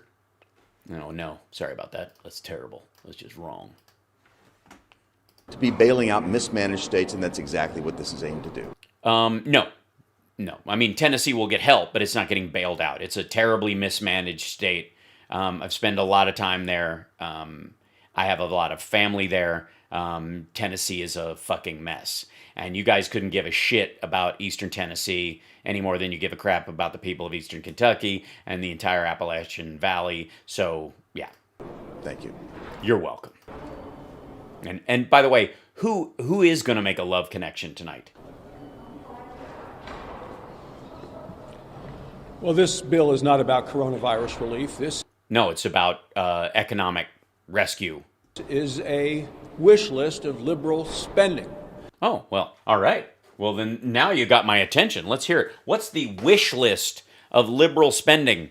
Does that entail helping Tennessee and Florida, or Texas and Florida? I didn't realize that was a liberal wish list. Had I known. Packed with pork. And yesterday we pointed out that... Yeah, he already used the pork analogy, so you might want to... Tunnel of Love, Pelosi's Tunnel of Love to Silicon Valley. The Tunnel of Love to Silicon Valley. And these guys don't love Silicon Valley right now because, I guess, Facebook isn't taking rubles anymore. And Schumer's Bridge to Canada. Yeah, is it Schumer's Bridge to Canada, or is it necessary for economic trade between our two countries? And all right. As we pointed those out, those have now been removed from the bill. But those were small items. Okay. And? Hair on the knuckles? Compared to the amount of money that New York and California are going to get in this blue state bail. How much do they usually put into the coffers compared to the other states? Out. That have 2 senators each. Governors around the country are up in arms. Are they? Yeah. About this, my home state governor in Wyoming is joined 20 other Republican governors. Well, they have to, because nobody gives a fuck about Wyoming as a governing point. By the way, how's Liz Cheney? She doing all right? Can we go? Can we do that one as well? Do you mind if we jump in here real quick as we go into? Let's see. What's Wyoming like? I'm gonna guess it's lower on the list than. Oh yeah, there we go. Here's a state. Wyoming, 578,759 people in it. Not, yeah, this is 28-19 numbers, so they probably either lost a few to COVID, gained a few by, COVID babies and whatnot. Their population is actually down. You know, it's interesting that on this list, you're right there below Washington, D.C. as a city, and D.C. doesn't have any senators. Maybe if you really cared and you were fiscally responsible, you'd say it's a waste of money that Wyoming has to pay for 2 senators. You know what I mean? It might just be that your job is a waste of money. I mean, you could save the innumerable dollars over the years. You could certainly make a dent in the national debt if you and Wyoming, the other senator from Wyoming, simply stepped down and said, you know what, we think Wyoming, Montana, North and South Dakota, because of population, should share 2 senators among them rather than federal tax dollars be used to pay the salary of senators representing a state, which has 1/6 the population of Los Angeles, the city, not the county, just the city. Sorry, what are we wasting money on again? And it is bipartisan because the Democrat governor of Kansas, Governor Kelly, has joined in this. Because they're not getting enough money? And it was in the today's USA Today. Oh, he's bringing props. Thanks, Wyoming's Carrot Top. GOP governors called, 21 GOP governors, and then you read it also, Governor Kelly, called Biden's relief bill biased. Well, yeah, why wouldn't they call it, I mean, they can call it whatever they want. Doesn't mean it is. Why is it biased? What is it biased against? Do they need more money? Are you guys trying to lower the amount in the bill so that it goes to those districts? Or are you just trying to eliminate it entirely? That's what it is. Really? I think it's biased that Wyoming gets 2 senators. Like, I think that's a bias. That's taxation without representation. They have more representation in the Senate than I or any other California citizen does. This is a biased piece of legislation. They got it right. Yeah, it's anti-white. They talk about how punishing it is to their states. Did they use punished, or is that in quotes too?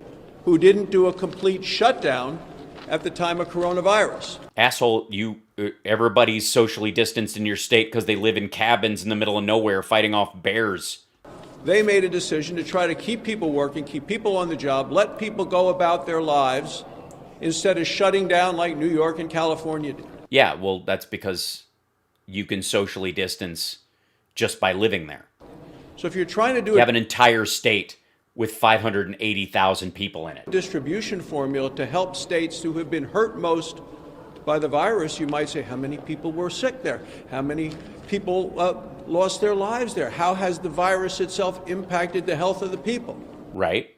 And you would notice that it would have bigger impacts where there are more people living close together. Not saying which states. Well, the states have the highest populations, dumb fuck, so. Chose to shut it down, clamp down, with the wink and the nod from Joe Biden running for president, saying, keep it closed, I'll make sure you get paid off big. I see. So just, yeah, guys, kill your businesses. I'll take care of you. I'll make you whole on the other side. But really, this is all about ruining Trump's economy. That's what this is. This is a payoff to his Democrat supporters in Illinois, in California, in New York. You mean big population areas where the impact of the virus was hardest? And he's asking people from all around the country. Not Wyoming, obviously. Who have done and acted responsibly. I see. So can we look? What's Wyoming crank out? There you go. There's Wyoming right down there. It's Wyoming's cranking out 1/5 of what Iowa produces. I mean, you're making a big case. I mean, Puerto Rico's not even a goddamn state, and they're nipping at your heels. They don't have senators. I bet if they had senators, they could double this in a matter of time. If they had the ability to interact with the rest of the states as the state that they actually are, that just in travel ease alone, you could end up raising the protections available for them and therefore making them a better tourist destination. They probably double it over Wyoming, but you kind of getting your ass kicked, dude. Wyoming got half a million people, and you crank out about $4 billion worth of revenue.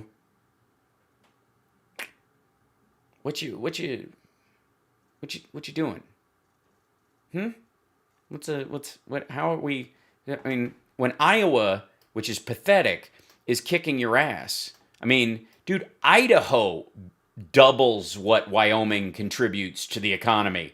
Makers and takers being what they are. Please, Wyoming, tell us all what we should be doing during all of this. By the way, keep in mind how these folks feel about minorities. For them to pay the bill. By the way, love Wyoming. Ain't nothing wrong with having a state that's got a couple of cities in it and it's mostly greenery. What a beautiful idea. And the contribution aspect of it is not the primary reason why a state should exist. But don't go talking to the states that actually pay to keep you a park. Like they owe you dinner.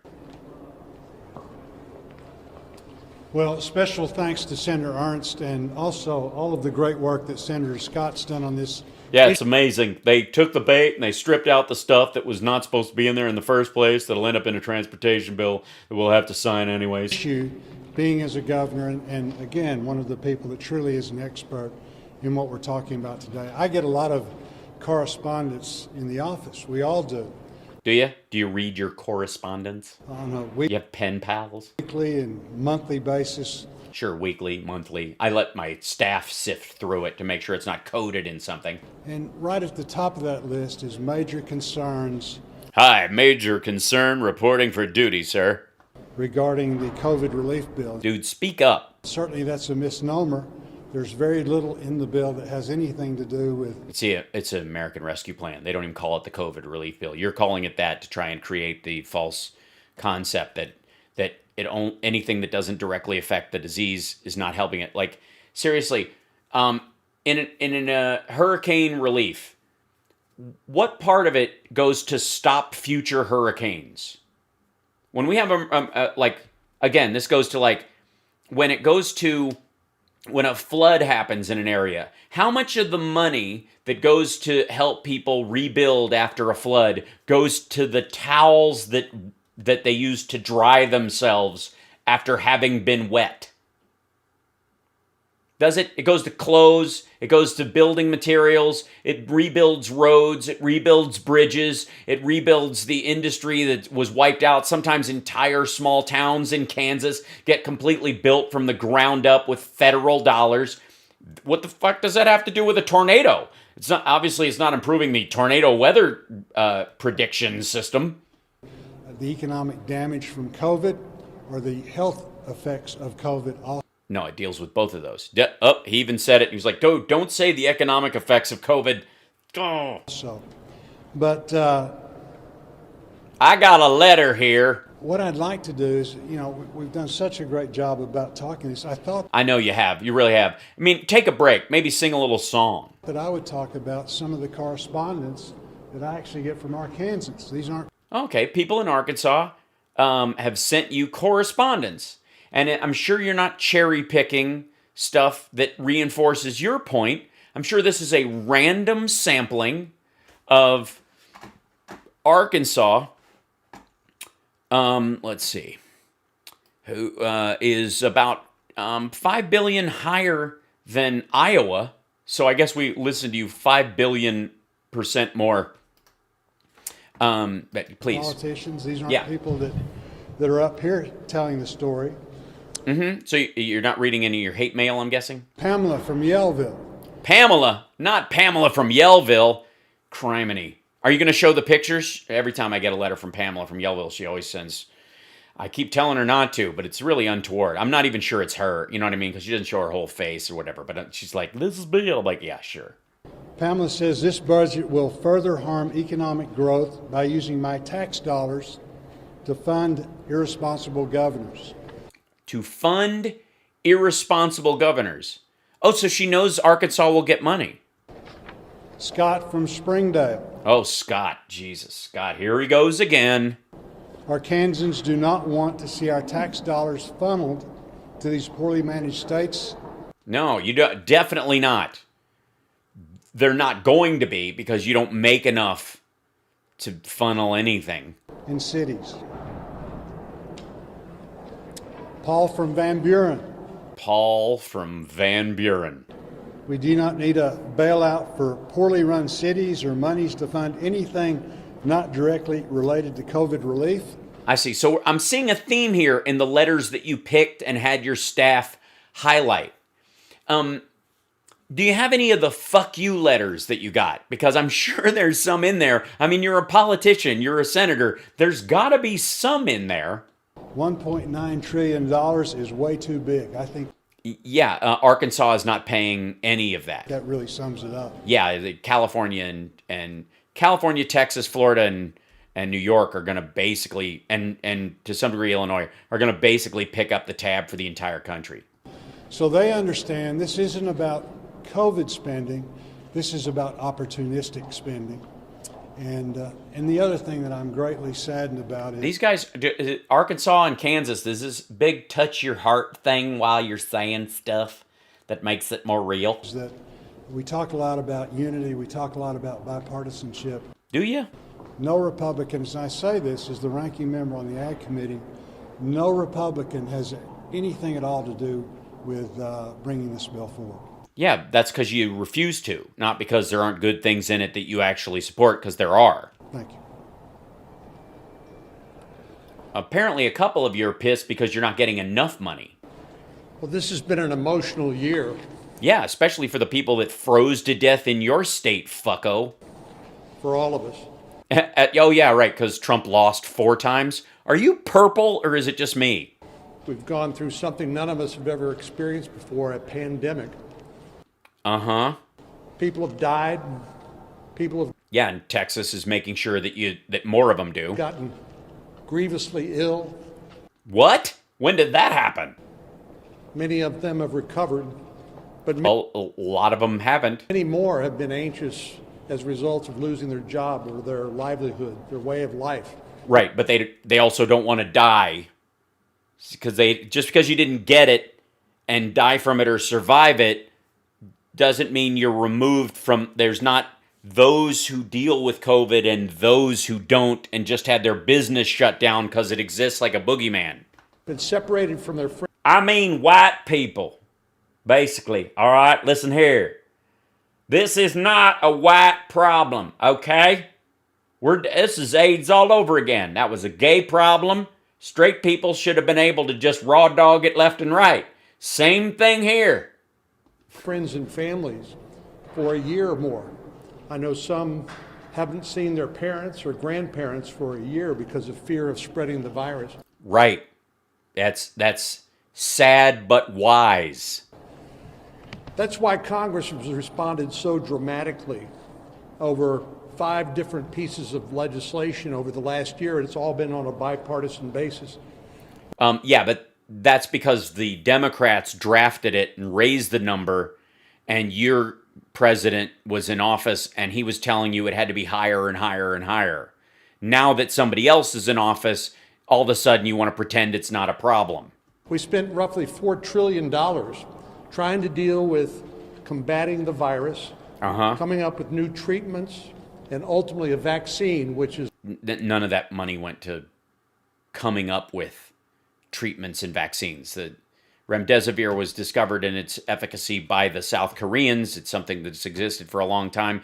Dexamethasone was something that the NIH found worked and was incredibly cheap. That was, the president himself was like out of his fucking mind when he was on steroids, which is what dexamethasone is. And he was, he clamoring that he could, he felt like Superman, when indeed it was a national health service in another country that came up with it. The first doses of the vaccine came from Belgium. The first people to be inoculated in the world were in the UK, which again has a national health service. They're ahead of us in their per capita vaccination. And Trump was this time last year saying, well, it's 12 people and it's nothing. We're handling it. Is the key to putting this in the rearview mirror, but also helping to mitigate the economic losses and deal with the anxiety people are feeling about being able to put food on the table or pay their rent or pay their mortgage. Right. And now go to the part where, because you're making Scott nervous over here. So we've been through a lot of different emotions.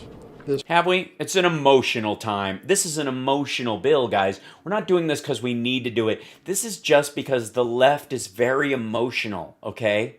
And that's why they created a bill that's not fair to Kansans and Wyomingans. This last year. But I have to tell you what the Democrats are doing with this $1.9 trillion spending splurge makes me angry. Oh, you look angry. Do you turn purple when you're angry? Is that what happens? And it should make everybody in the country angry. Why? Why would it make them angry? Especially people whose their moratorium on their mortgage and rent freezes are going to finish, where they're going to run out of unemployment insurance. There is industries and their businesses have been completely destroyed. They're going to have to rebuild them from scratch. What part of... All right. Because what has happened... I am angry. You can tell. I'm just so angry. Happening here is what Rahm Emanuel famously said, never let a crisis go to waste. And they want... Right. Can we, you've got an opportunity where something's been wrecked and you can rebuild it better. You're not going to, let's say you have a building that's knocked down in a tornado. You're not going to rebuild the building exactly to specs if you had new materials that are more efficient, safer, less toxic. You would use those to rebuild the building, not just whatever pile of bricks was there. I think that's what he was talking about. And I think that's, if something bad has happened, instead of just recreating the status quo, go, okay, how can we make this better when we build back better? That is so weird. Under the guise of trying to help people. Under the process of helping people. They want to exploit people. They want to take money and use it on pet projects in their states that's unneeded. They want to divert money that, under the guise of being for COVID-19, to things that have nothing to do with either the public health or economic consequences of this virus. You can't keep saying economic consequences. It's upsetting Scott over here. You got to avoid saying that altogether, because that's the reason behind almost the entirety of this bill. And again, the distribution matrix and all the other ancillary costs that you're bitching about not being in this bill are being picked up largely by military, National Guard, and FEMA infrastructure that's already been budgeted for. virus. So that should make everybody in the country angry that people would think so little of them, would disrespect them so much that they would try to tell a lie about what this bill is about. This Well, that's what you guys have been doing. bill is not about COVID-19. It's a Trojan horse for a liberal wish list of other policies that... Well, no, I mean, in your description, it would be the entire horse. Basically, the Trojan horse was a giant thing, but it was full of soldiers. It didn't have, 9 soldiers and a bunch of firemen and repairmen and other stuff in there that were, once the Trojan horse opened up and they all came out, they didn't, 12 people attacked, but the rest of them actually fixed the drains and the aqueduct and the gutters and were nurses and doctors. Nancy Pelosi and Chuck Schumer know they can't get done any other way. It's disgraceful. Oh, it's terrible how they're finding a way around you. And it should make all of us angry. No, it doesn't. Really shouldn't, actually. Especially 81 million people who voted for Biden who wanted this and don't know what the drag is. Yeah, Scott, go back up and fix the whole part. Yeah. Erase the bullshit he said about it being economic impact. Yes. Senator Scott's Justice Act last session, got the George Floyd Justice and Policing Act. You're asking about the George Floyd Justice Act. Appetite among How is that Space Ghost on your shirt? No, it is not. It is Kiss Meets the Phantom of the Park. Republicans for police reform and what in the bill that is set to come forward If you remember, it's pretty disgusting what happened last year because Senator Scott, Tim Scott, proposed a bill. We supported it, and the Democrats would not do anything. They would. He said, "Give us your amendments. Tell us how you want to improve it." No, they just voted against it. So the Democrats don't want to do justice reform. I know Republicans. We want to make sure that there's accountability. But the Democrats, remember this, don't want to do justice reform. We want to make sure people are treated with respect and dignity. I don't know if you guys want to have anything. Yeah, it was basically a bumper sticker, not a real bill. It didn't actually change anything. And basically voting for it meant that you were voting for a bunch of fart air and it wouldn't actually improve the situation and would arguably in that case make it worse because people would think something had been done when it hadn't. Can I ask a question? Thanks, Lee. President Biden has criticized the states like Texas that have relaxed. Yeah, President Biden she's saying President Biden has criticized states like Texas, whose senators went to Cancun and you yourself left the state and a bunch of other people froze to death while you were there and you didn't bother to prepare for an emergency, and then you're bitching about other states that had to deal with an emergency. COVID restrictions, including masking, too soon and convenient. He said it was a big mistake. Do you have any reaction to that? Well, President Biden has a lot of problems to take care of. He's got a crisis at the border that he calls a challenge and not a crisis, dismantling all of our immigration laws and protections to protect our border. He's dismantling all of our immigration laws. Okay. And it's an interesting phrasing. I'm waiting to hear what would back that thought up. So I don't dismantling. I think he's got a lot to say about preaching to my state about how we've handled this COVID-19. Yeah, but obviously your electrical grid shit too. You're basically a snafu shit show. Virus. Part of the problem here that Senator Scott and others have pointed out is that many states have been overly restrictive in terms of opening the economy, safely going... Yeah, overly restrictive. So the answer is 100% dump. Back to school and the like. And what they want, because they have not been able to meet their revenue needs, they want the federal government to bail them out. So I don't think Washington has a lot to say to states like my state. No, I think they do, especially not states like your state. Your state. Texas is fucked. About what the appropriate... And it's not the Texans' fault, because according to Mike Lindell's special, of course, Texas has the least trustworthy elections in the entire country. Reopening measures are. And The fact of the matter is, if you want to wear a mask, you can still wear a mask. But at some point, the government needs to quit making arbitrary rules that arbitrary. They're arbitrary. Guys, it's arbitrary. I mean, science. Do not have any demonstrable connection with the public health. I guess I'm wondering. No, they have a demonstrable effect on public health. Wearing masks, social distancing, all of those rules have a demonstrable effect. If you're concerned about more variants or any rise in cases or deaths when we're so close to having people vaccinated, possibly by. Well, there's a lot of pseudoscience out there. There's a lot of pseudoscience out there. People who maybe like me, a recovering lawyer who's had to try to learn science. But there's also a lot of scaremongering that's going on, and we see successful states like Senator Scott's state that successfully reopened their economy. We need to look at this as not just being a one. Yeah, they're almost all of Florida's economy, by the way, and they've had a lot of deaths, and they've had a lot more help from the federal government than most. But a lot of their economy is based on people being outside. Yours isn't. Dimensional issue. We need to think about the victims of domestic violence that have been cooped up with their abuser. Well, then do something about it. Add that to the bill. The suicides that have taken place, the children that have fallen farther and farther. Yeah, why are there suicides? Oh, because their businesses collapsed and they don't see any help on the horizon because Texas is you're on your own. Behind. This is not just a one-dimensional problem. We need to look at the whole thing. Yeah, that's why the bill is big and complicated and has a lot of shit in it. And I think Governor Abbott in the state of Texas, I'm proud of the work we've done. Really? Are you? Are you? You're proud of all the kid sickles? I'm proud of the fact we're getting more shots in the arms of people who need it. Yeah, and because of what?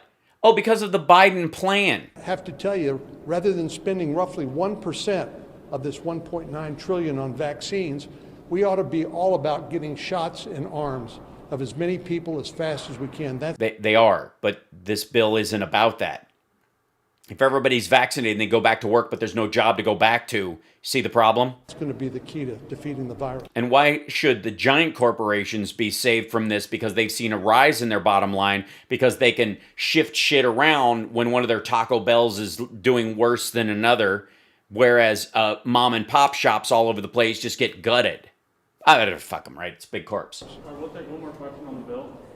Senators, wondering if you might be able to speak a little bit about what amendments you might plan to offer during the vote-a-rama tomorrow, and then also just what the GOP... Yeah, what amendments are you going to put forward? ...strategy going in. Well, we want fresh coffins for everyone, and the Nosferatu amendment that I'm offering, of course, I call it the Three Flags Amendment, because everyone in America should have three flags behind them at all times. Well, you know what's nice is everybody gets to propose their amendment. I think it is nice. I think border security is a big deal.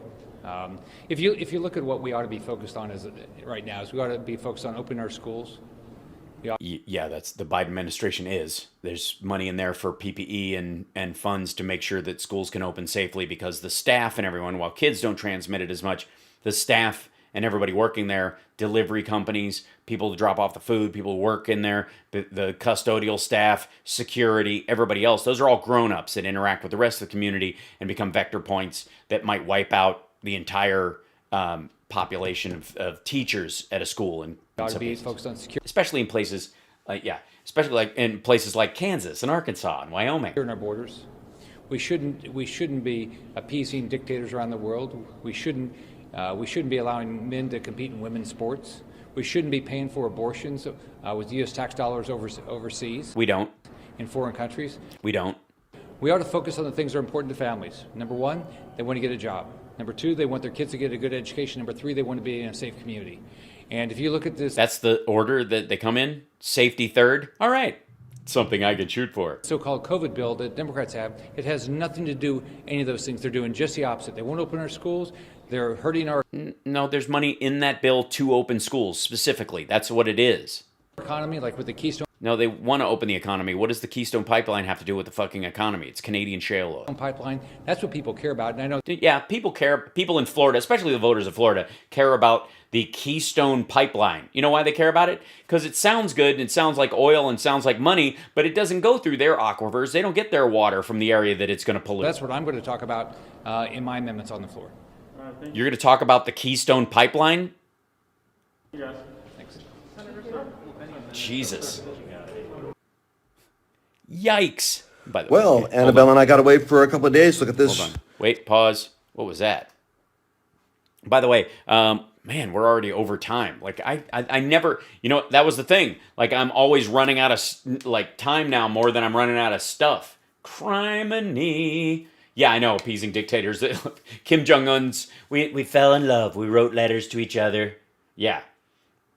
Yeah, and I know they want to produce an amendment, but they won't produce a bill of their own. Because you have to understand, these guys get to come to the floor and bitch about something, and their amendment just is basically their kvetching language, but it doesn't actually affect anything. It's largely, like I said, these are bumper stickers they're bringing to the floor. Real quick, one last little piece. This isn't long at all. This is Don Jr. being interviewed by Breitbart backstage at CPAC with Kimberly Guilfoyle. I hope you haven't eaten yet. Party, Joe Biden's already cozying up to them. He's saying the Chinese Communist Party, Biden is already cozying up. Sorry, this is loud too. Sorry, I'll cut it down a little bit. Man.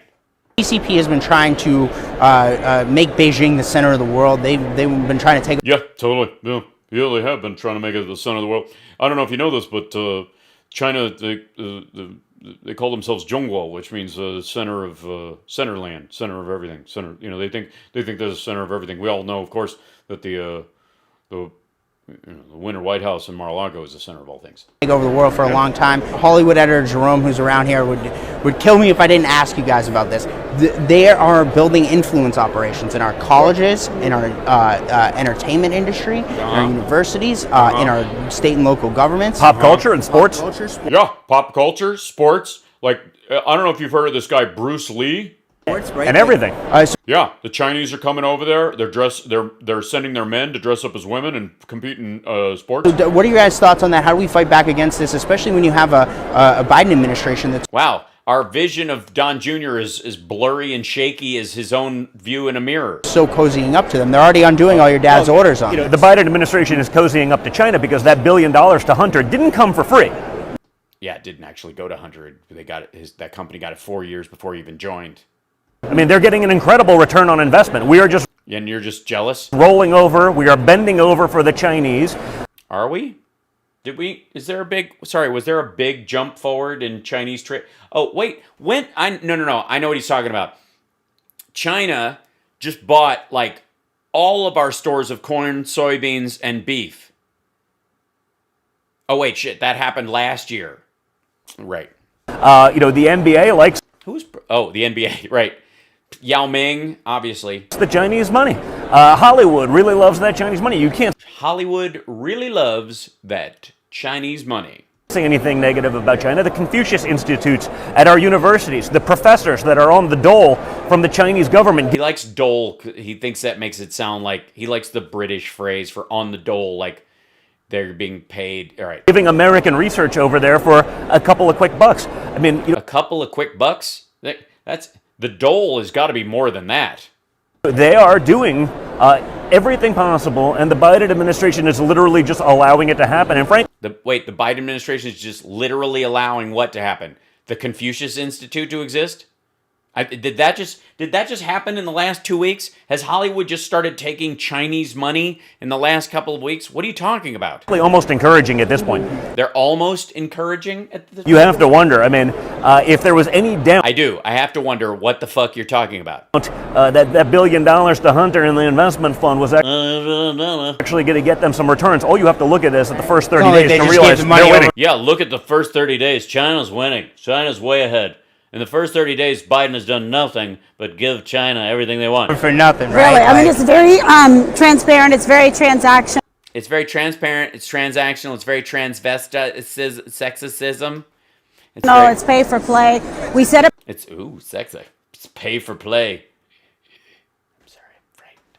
A little frightened right now. Before we called him Beijing Biden, and guess Yeah, I know you called him that. Doesn't mean anything. what? He's living up to his reputation, to his family history of grift, and now he's taking it into the White House, and it's on display for the world to see. But yeah, I've been watching. I mean, the amount of stuff that the Chinese and Biden's been doing for the Chinese in the last 30 days is off the hook. I mean, he was the first phone call. Oh no, he wasn't. He called him right away, like within the first. Oh no, he didn't.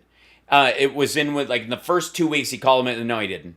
And he didn't even mention the Uyghurs. Oh yes, he did. Oh shit. Yeah. American voters. Seriously, how does he have a beard, but she has a more masculine chin than he does? Are not stupid. I mean, there's a lot of filler going on. I understand that, but criminy. Are not ignorant, and they are going to make some decisions going forward in midterm elections and beyond that I think is going to really correct the course of history and the travesty of what transpired in this last election. Yeah, you tell them. That's just, I mean, honestly, what is this? I don't even. We'll have to talk to Madison Cawthorn and his multitude of misogynistic and sexual harassment claims against him when he was going to Christian college. It happens. It's a place there. We're going to have to deal with that tomorrow. Of course, we did have Diamond and Silk. One moment of Diamond and Silk. Point of order, if I may. I mean, CSL went through the trouble of watching some of these things. It's all because it seemed like everything is now one-sided. Yep. Everything is all about a Trump supporter. Yes, everything is. Sorry, they're so loud. Sorry about that. Oh God. Everything is now one-sided. It's always about a Trump supporter. Nobody's talking about how Antifa obviously attacked the Capitol. Disparaging them. Yeah. You're upset with them. Yes, we're disparaging Trump supporters. We're upset with them, mainly because tomorrow they're planning on killing everyone at the Capitol, blowing the place up. You're calling them the extreme terrorists, but the extreme terrorists, absolutely. Let's find out who's really the extreme terrorist. Who is the extreme terrorist? Exactly. Yes, this. What? Who really don't? No, don't even. Like this country. Tell them. Can I just interject and say please. one thing? Yes, please. So with the January the 6th thing that's the January 6th thing, right? When that happened, right? Happening, it's being alleged. It is being alleged that some of the people that was there in the midst of it and infiltrated the MAGA supporters. They infiltrated. Were Black Lives Matter and Antifa. Okay. So it is being alleged that some people that infiltrated the Trump supporters were Antifa and Black Lives Matter. It's being alleged this. And do we have a percentage? Do we have a sheer number? Is it 40%? That's what it's being alleged, right? Yeah, by you guys. Right? Yeah, but the FBI director said no, there's no evidence of that, and that the people that were involved in the violence specifically, because they have not only security footage and footage from the people themselves that shows the violence. It's showing that the cops that were the cop that was killed and the cops that were injured by very specifically proud Trump supporters with a history of being proud Trump supporters and that are planning tomorrow to attack again. So, I'm sorry, continue. Okay. Okay. But I want people to just think about this for Okay, think about it for just 1 second, guys. You just 1 second. Think about it a minute. one moment. Okay. During the time, whenever January the 6th here, you know that they was about to or started to listen to the evidence. Right. Yes, they were starting to listen to the evidence on January 6th, the day the evidence started. Okay? Okay. The evidence was being displayed. Yes, by people's behavior.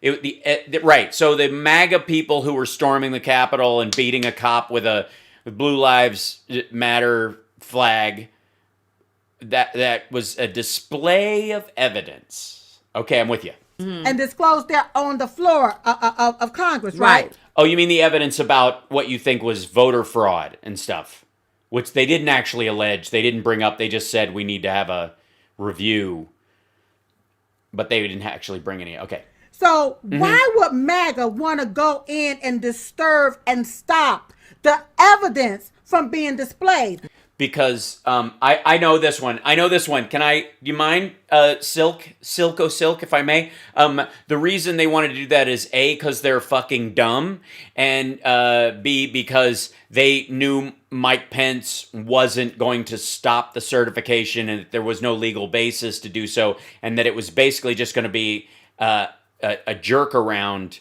for a couple of hours, and then it would go through and Biden would be certified. They knew that was going to happen. So they were trying to interrupt the process because they knew the legislative part of it was going to be unsuccessful because it was based on nothing and it was being fomented by assholes. Right. Whenever no courts would even listen to the evidence. Right. No courts. No courts listened to it. There was over 65 lawsuits, and they were all either dismissed, thrown out, or lost because of standing, or in a lot of cases with Rudy Giuliani, they pulled them themselves because they had no evidence, and when the judge requested it. So whenever the Supreme Court wouldn't listen to the evidence. Well, no. I mean, they just didn't. Other states don't have standing to tell. Some states don't have, standing to tell other states how to conduct because their elections, because the states themselves have sovereignty on their elections to some degree, which is something that Republicans used to be for, but apparently they want to do a thing where red states can gang up on their own states, on other red states that went purple or blue. And now we have a place where the evidence started to be disclosed. Yeah, it wasn't actually being disclosed. They were just objecting. They wanted a review, but they weren't actually doing the review. Why would we want MAGA supporters want to go in there and just shut down whenever the evidence was about to be displayed? Because it wasn't going to be displayed, and you knew that Mike Pence wasn't going to go through with it, and they were going to insist, for one, and if Mike Pence didn't do it, they were going to kill him. Now, if it is true that Antifa or Black Lives Matter or anybody else, it isn't, but nice edit. Any other group, left-leaning group, was there during that time. If any left-leaning group was there during that time, I guess you don't mean the squad. They were definitely in the building. Okay. If they are for Biden, yes. Why would they want to go in there to stop the electoral counts? Right. Yes, that's a good point. Why would left-leaning groups, knowing full well that the electoral votes were going to be counted properly and that Mike Pence was going to do his job, he'd already said it in the news, why would they attack? So, yeah, it's a good point. So, basically, it's a great case you're making, Silk, that the attack was from Trump supporters and that left-leaning groups would have no reason to attack at all. To stop it, because it wasn't about stopping the electoral counts. It was No. It was definitely not about stopping the electoral accounts. About stopping the evidence from being displayed. Think about it. But I am thinking about it, and they weren't going to display the evidence. They were going to they wanted to stop the count so that they could have like 9 days or some shit to review, the question of electors in other states, but. So they wanted to stop the certification, the count certification. But they didn't have to because it was already going their way. So why would they? Is what they were trying. What they're saying. This is what they're saying. Who's they? They are saying that MAGA supporters stormed the Capitol. Yes, which they did. To stop the certification of the election, to stop the electoral from being counted. That's exactly what happened. What the left is saying. That's what the left is saying. That's also what that's what the MAGA supporters are saying. Like, they're mad that Antifa is getting credit for shit that they did. They're actually pissed about it. What I'm saying is... Yes, and you were there, so... If you are saying that is what happened, then why was some left-leaning groups there... They weren't. To also stop the thing that you're saying, that they want to stop it if they're for Biden. I mean, honestly, I cannot even... Wow. It's so... How do we even grasp the... Okay. Doesn't make any sense. No, you're right. You're right. What Silk just said doesn't make any sense. There might be hope for you two yet. No sense. And what I'm saying is, during that time, during that day, MAGA supporters was excited and happy. They were excited and happy. Because the evidence was being displayed on the floor. That's right. So No, that it was going to be a temporary pause in it, but they knew that Mike Pence was going to gavel that down, and they were going to ultimately go through the process, but they would ultimately, there were not enough votes to stop it. So why would MAGA supporter want to go in there and stop that? Because Mike Pence was going to certify the electors that were sent by the states and not these rando fucks that were sent to stop it. But I can tell you why these left-leaning groups wanted to go in there and Why? stop That's it. right. Why? And it wasn't to stop the certification. No, well, it was not to stop the certification. It was to stop the evidence from being presented. It was to stop the evidence from being disclosed. right. Oh, I see. So they hid amongst thousands of Trump supporters and led them in, and it was just gullible maggots that were excited and happy that beat cops. I'm sorry, you're going to have to back up. And being shown to the world. Oh, okay, so it was to keep it from being shown to the world. I see. Oh, and I guess it's time for a cigar break. Oh my gosh.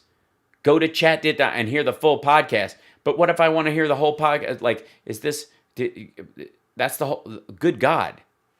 This is a 6-minute clip, and look at this. This is a 6-minute clip, and this ad part starts at 3:43. What is it? 4 minutes.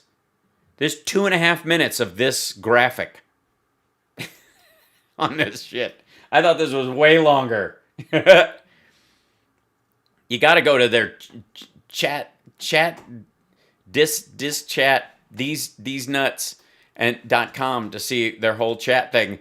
Oh God! All right, well then we have time for one more little thing, and then I'll let you guys go because it's Wednesday night, and you guys we're just joining me now is oh my God, Mike Lindell talking to Right Side because he pays the bills. Mike Lindell, My Pillow. He's a very familiar figure here on this network because he pays for everything, including this lovely. What is that? A Ramada you're in? And we wanted to bring him in so we could clarify a few things. Okay, well, if you want to clarify something, Mike Lindell is the dude to do it. And I'm going to say, dude, you look tired. Of course, Mike, you and I spoke at CPAC. We sat down with our own Liz Willis at CPAC, did a great interview. Yeah, it was so exciting. I didn't see it, but I heard great things. But at one point in that interview, we had to mute your audio. And Why would you have to do that? That sounds unfucking American. I just want to come Why would you mute his mic? Here so we can clarify why we did it and then the state of our relationship together right now. So instead of doing it out in the open, I'm in a hotel room, you're God knows where, and let's talk. Go ahead and let you explain. Well, first of all, Liz and I in the state. Well, I'm sitting here right now in basically my Etsy basement. Where I have to give him credit. This is way better than the acupuncturist waiting room we normally see Mike in. Why is your head so close to that lamp, Mike? Honest to God, what's happening? Are great friends. Yeah, you guys are great. I don't hate you guys. Sorry about the death threats. They've been every one of you and the network has been a big backer of My Pillow. Yeah, have they been a big backer of My Pillow, or is Mike Pillow a big backer of the network? Because quite frankly, it looks like you're running an ad during this time of cancel culture. Yeah, during cancel culture, when we had to cancel your mic. Even before that, but I'll come back on if you promise to show the visual of the 66% off. When we sat down, I mean, Liz brought me around. I went up and down Media Row, and when we sat down to do our interview, I even told you, I said, no, I'm going to be pretty out there. If I say something, I want to be muted because. Yeah, that's what you told him. Because I don't want you guys to lose YouTube right now while we're waiting for other channels that actually I'm going to be coming out with. It's going to be pretty amazing. LindellTV.com is going to be a full-on live streaming network. So ISIS, Al-Qaeda, child pornographers, you're going to find a totally unvetted free speech network like HugeTube and Rumble meets the dark web. And Mike Lindell's going to pay for all of it. We make those announcements. And he's going to have people who work at his pillow factory running it at nighttime because you'll only be able to upload when the sun is down, just to make sure that your freedoms aren't destroyed. That's right. But for now, if you lose your voices, like if you guys would lose your voices because of something I said, yeah, I don't want that. We hadn't talked about. When I get in a mode, I'm going to say what I'm going to say, and I just want everyone out there to know I'm the one that told you to do that. And if I went off the thing, because I don't know, right now with the cancel culture, they're going in the suppression. It's like, yeah. Just for the record, just to clear up one thing real quick while he's jibber jabbering. They silenced his mic during an interview at CPAC because they had already done their Dominion voting mea culpa, and they didn't want to get their network shut down again because they have a threat of lawsuit that they're dealing with. And while he's under lawsuit and he doesn't seem to give a shit, they know that it will actually ruin them. And of course, it'll get him kicked off, all the other things. And they are one of the conduits that he uses to get his ads out. So it's not that he gives a shit about their voice getting taken down. It's that this is where he parks his commercials and who he sells to. And if their network gets pulled down, he sells fewer pillows. Like, what can you say and what can't you say? So that was, I want everyone to know that was all me. And I have... Why does Chewy.com, isn't that dog stuff? It's my favorite station. The RSBN, you guys, they have been such great supporters with that promo code to go buy things off My Pillow during this time of cancel culture. And it's an ad campaign. You pay for the ad space. And if you lose that outlet, then you don't get the ads out there, and you're basically paying for it. You literally ruin the network you're on. Oh, he's in a little hotel room. He is. He's parked in the corner. It's like a teeny little chair next to the nightstand in some weird... Where, Texas? He's in Texas. It's got to be. I'll put an ad out there right now. Use code RS. Yeah, blah, blah, blah. Yeah, not doing an ad on that. You're helping 2,500 employees here that have families and everything else. And yeah, they could work someplace else. They could get other jobs. Minnesota's doing pretty well. Believe me, this was for the safety of the network right now for what goes. Yeah, it's really because Mike cares about RSBN. I mean, they want to be on the right side of Jesus. Sun out there, and where's your cross, Mike? What the hell happened? You don't wear it when there's a hooker in the room? We have great things coming, so we won't have to down the road. We won't have to put up with all that stuff. Yeah. Yes, sir. And I think our loyal viewers understand that. Yeah, they understand. That's why you're wearing your American flag, but no tie. But he's wearing a tie and no Jesus cross. What the? We have been there from day one since Trump announced his candidacy. We've been very transparent. We've been the ones that have shown the crowd, and we never attempted to censor anybody. And I'm just very thankful of your transparency. Why would you censor anybody? You only show sycophants. You only book people who are, who would give Trump a rusty trombone after standing in line on their knees for 6 hours. What do you mean censor anybody? To what went down, because it is very important to us that we stay connected to our viewers. And especially the ones that buy pillows because you're our only ad. They know that we can be trusted to tell the truth. And it's just great. It is great. And we can't lose, like Right Side Broadcast Network. You guys we can't lose voices like that. No, you can't. I mean, who else is going to just parrot everything Trump says and act like the sun shines out of his ass? Oh, Newsmax, right. NOAN, sorry. And at least right now, till we got the solutions. This is the only place I can hand out my RSBN promo codes. We have to live in that space, and that's why I told you, please hit the button if I get off track, because everybody knows out there. Get on crack? I kind of say what I mean and mean what I say, and sometimes it gets me in trouble.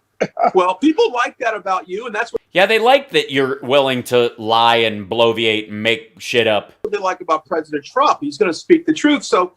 we have to tip his truth. Go around a couple subjects, but like you said, until that secure platform comes, hey, we got to do what we got to do to stay in the game. And I just know as a director of programming here, you got to tell the truth within the margin of reality. While we're still sucking off the tit of YouTube, we still have to, sort of behave. I'm just very appreciative. And by the way, thank you guys for your support today as well. Believe me, it's not lost on me that.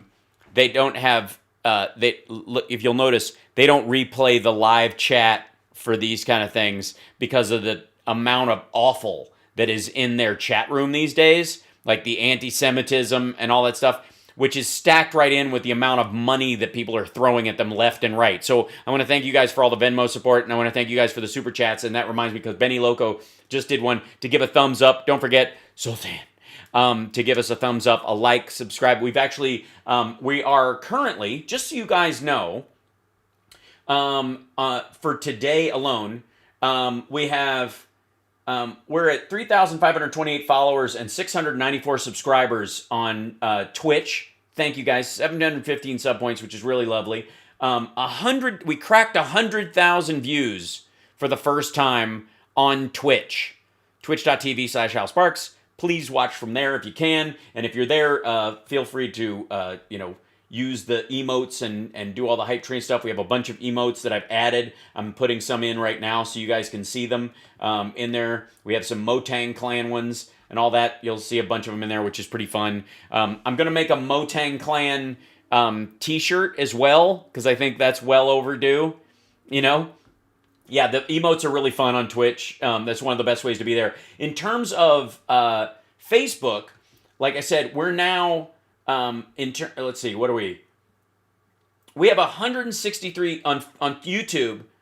We're up 97,000 views on YouTube alone in this month.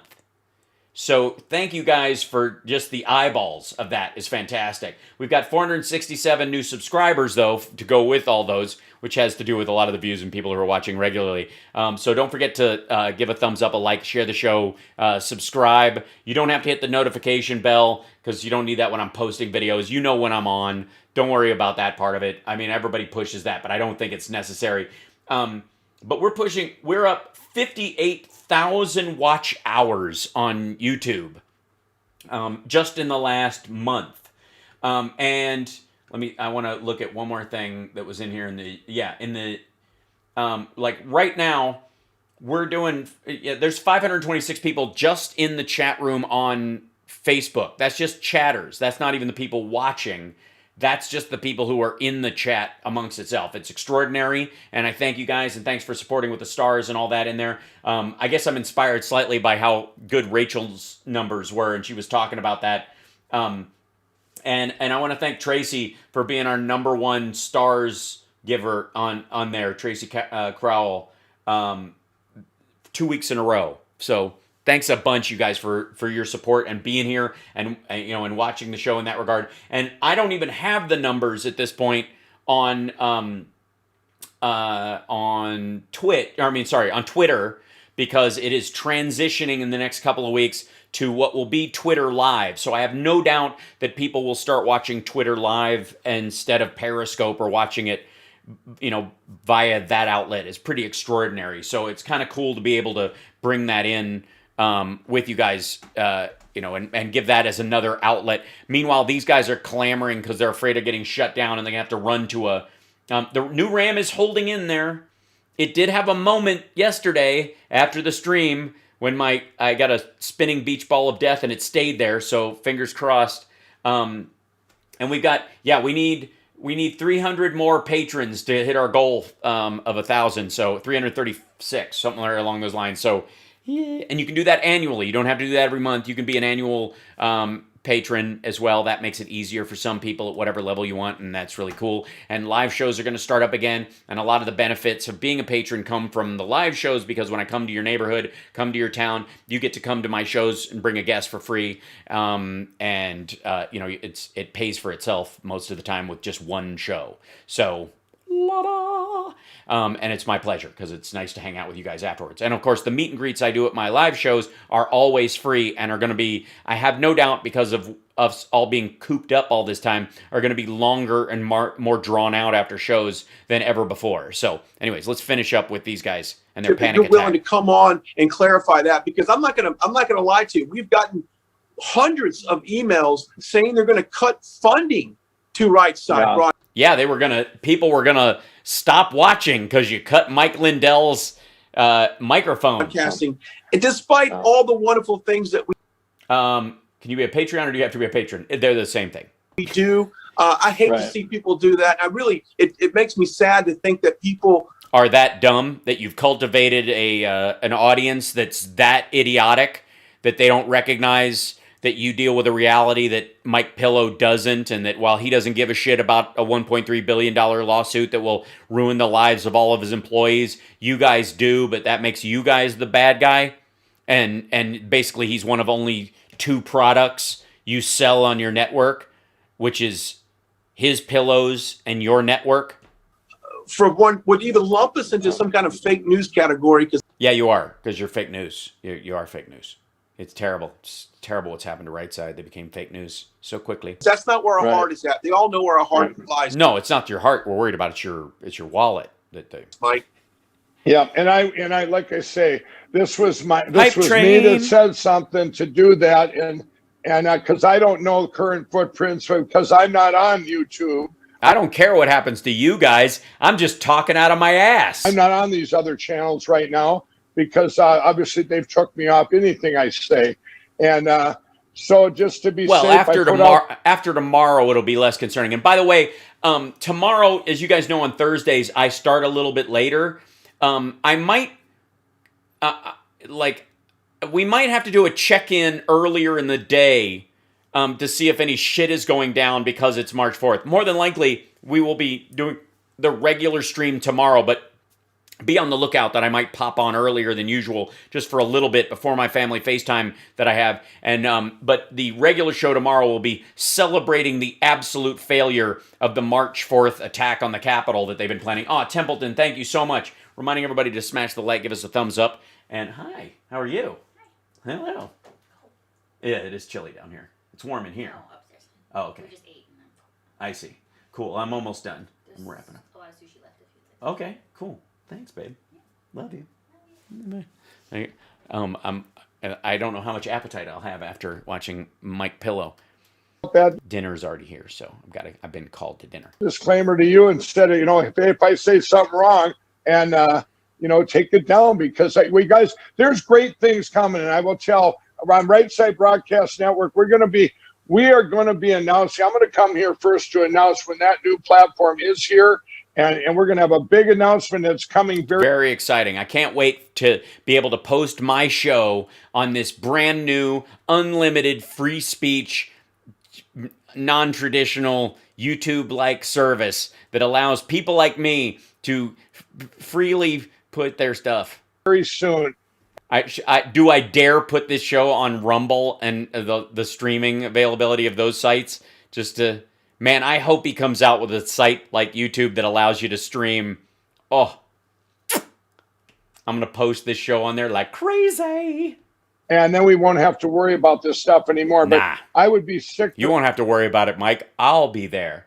I'll be there. Sick if something I said took you off that platform in the interim before we got something else. So I just want everyone out there, support this great station. Yeah. I've been saying it since day one. Yeah, I've been saying it since day one, mainly because I pay for the ads, and the ads are how I get my products sold, and if this goes away, I'm screwed. Get the support. Don't pull back on anything. You're helping this great station and My Pillow, and use that promo code RSBN. And yeah, go to the Hal Sparks Venmo and support the channel, because every dime you give towards me doesn't go to Mike Pillow. Get the savings. So absolutely, and of course, I'm sorry. Why are you guys in rando hotel rooms? What kind of network is this? Maybe they've lost a lot of funding. So I'm sorry that it happened. Yeah, I'm sorry too. I mean, aren't we all sorry? I'm sorry. I apologize to the station, but we got to be careful, everybody, for now. Yeah, I'm glad you understand. I know our viewers understand as well. Mike, we certainly appreciate your time. And for those of you who are still jumping on the stream, we will be live here in Houston to celebrate Texas Independence Day with Scott Presser doing a kind of a workshop boot camp 101 to get involved in your local politics. Yeah, no masks. Everybody's hanging out face to face. There will be, it's one last super spreader event to try and kill off as many Mike Pillow dumbasses as possible. Hype train on Twitch. By the way, By the Greg way, Abbott just announced. Oh my God, I was really worried about what he actually was going to pull up and screen.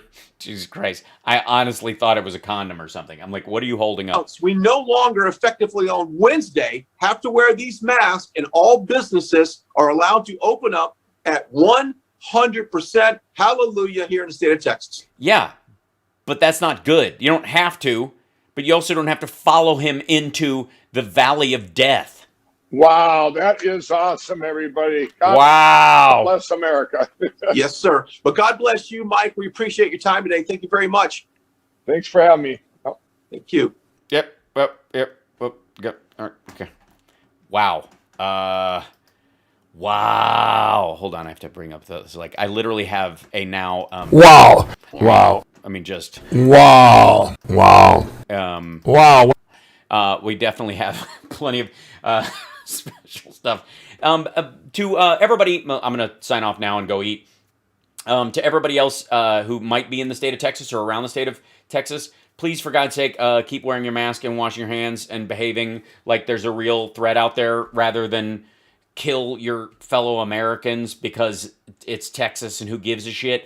And remember, just because you've been vaccinated or you've already had the disease does not mean you might not carry it if you have it in your mucous membranes or on your hands when you touch other people or you're around them or you speak to them. Hence the need for a mask until we reach a point where we can vaccinate all of the people who might be specifically vulnerable to it.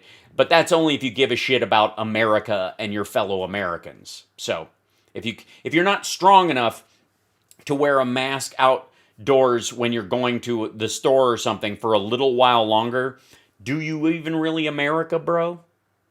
Just saying. So anyways, thank you guys for joining me tonight. Thanks for hanging out. I appreciate it. I look forward to seeing you guys every day. I honestly, I'm inundated with the amount of stuff I can cover in one particular thing, but I'm glad we got to cover the Republican press, gaggle, mainly because that you get to see in stark relief their actual arguments about why they're not supporting this bill, which is all 100% their argument is 100% bullshit. So there you go. I should, how I'm infotainmentwars.com is our way to get to the YouTube channel. I ought to make an RBSN, Real Bullshit Network logo that's kind of like that, and then just get rbsn.com for myself, and have that be another way of getting to like my Twitch channel or something.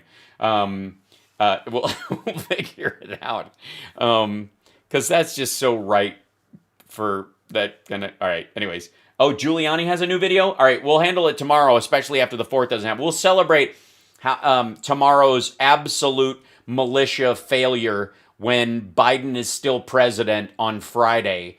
And of course, tomorrow night, by the time, news day has passed and there hasn't been an attack, although they're being wavery about it right now because they know it's going to fail. But either way, I got to go. Wonderful to see you guys. Thanks so much for joining me. I'll see you guys tomorrow. Don't forget to like and subscribe. Give us a thumbs up. And I will see you every single day.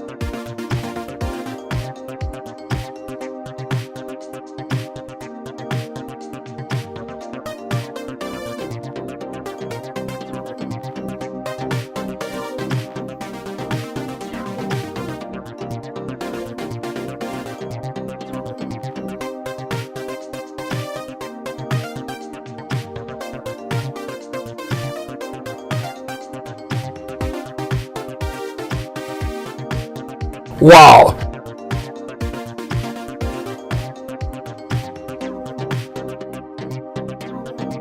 I'm telling you straight. It's my way or the highway. So anybody who wants to walk, do it now. I'm your huckleberry.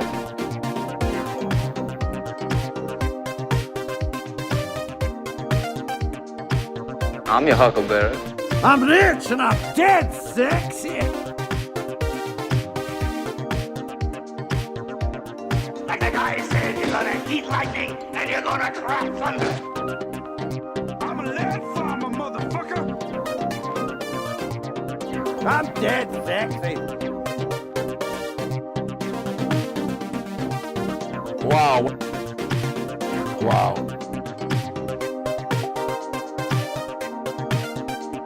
White race.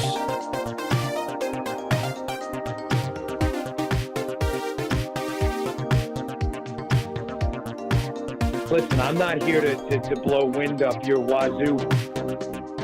Wow.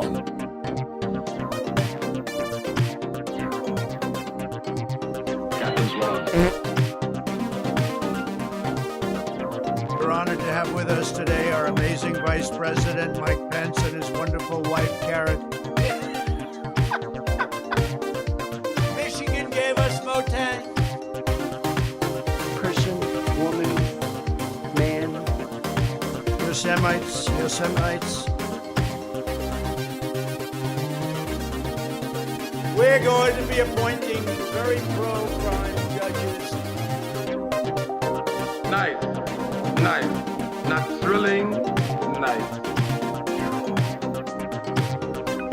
Something strange happened to me this morning. Was it a dream where you see yourself standing in sort of sun-god robes on a pyramid with 1,000 naked women screaming and throwing little pickles at you? No. Am I the only person that has that dream? Well, it's a well-known fact, Sonny Jim, that there's a secret society of the 5 wealthiest people in the world known as the Pentablet, who run everything in the world, including the newspapers, and meet tri-annually at a secret country mansion in Colorado known as the Meadows. So who's in this Pentablet? The Queen, the Vatican, the Gettys, the Rothschilds, and Colonel Sanders before he went tits up.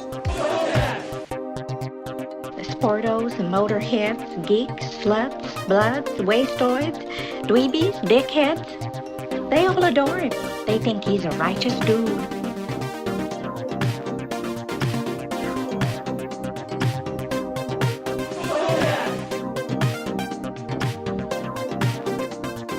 How, in the name of Zeus's butthole, did you get out of your cell?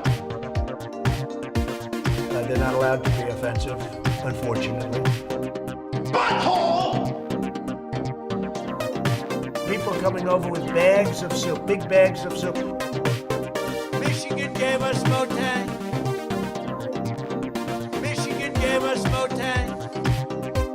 Michigan gave us Motan. Butthole! Yosemites, Yosemites.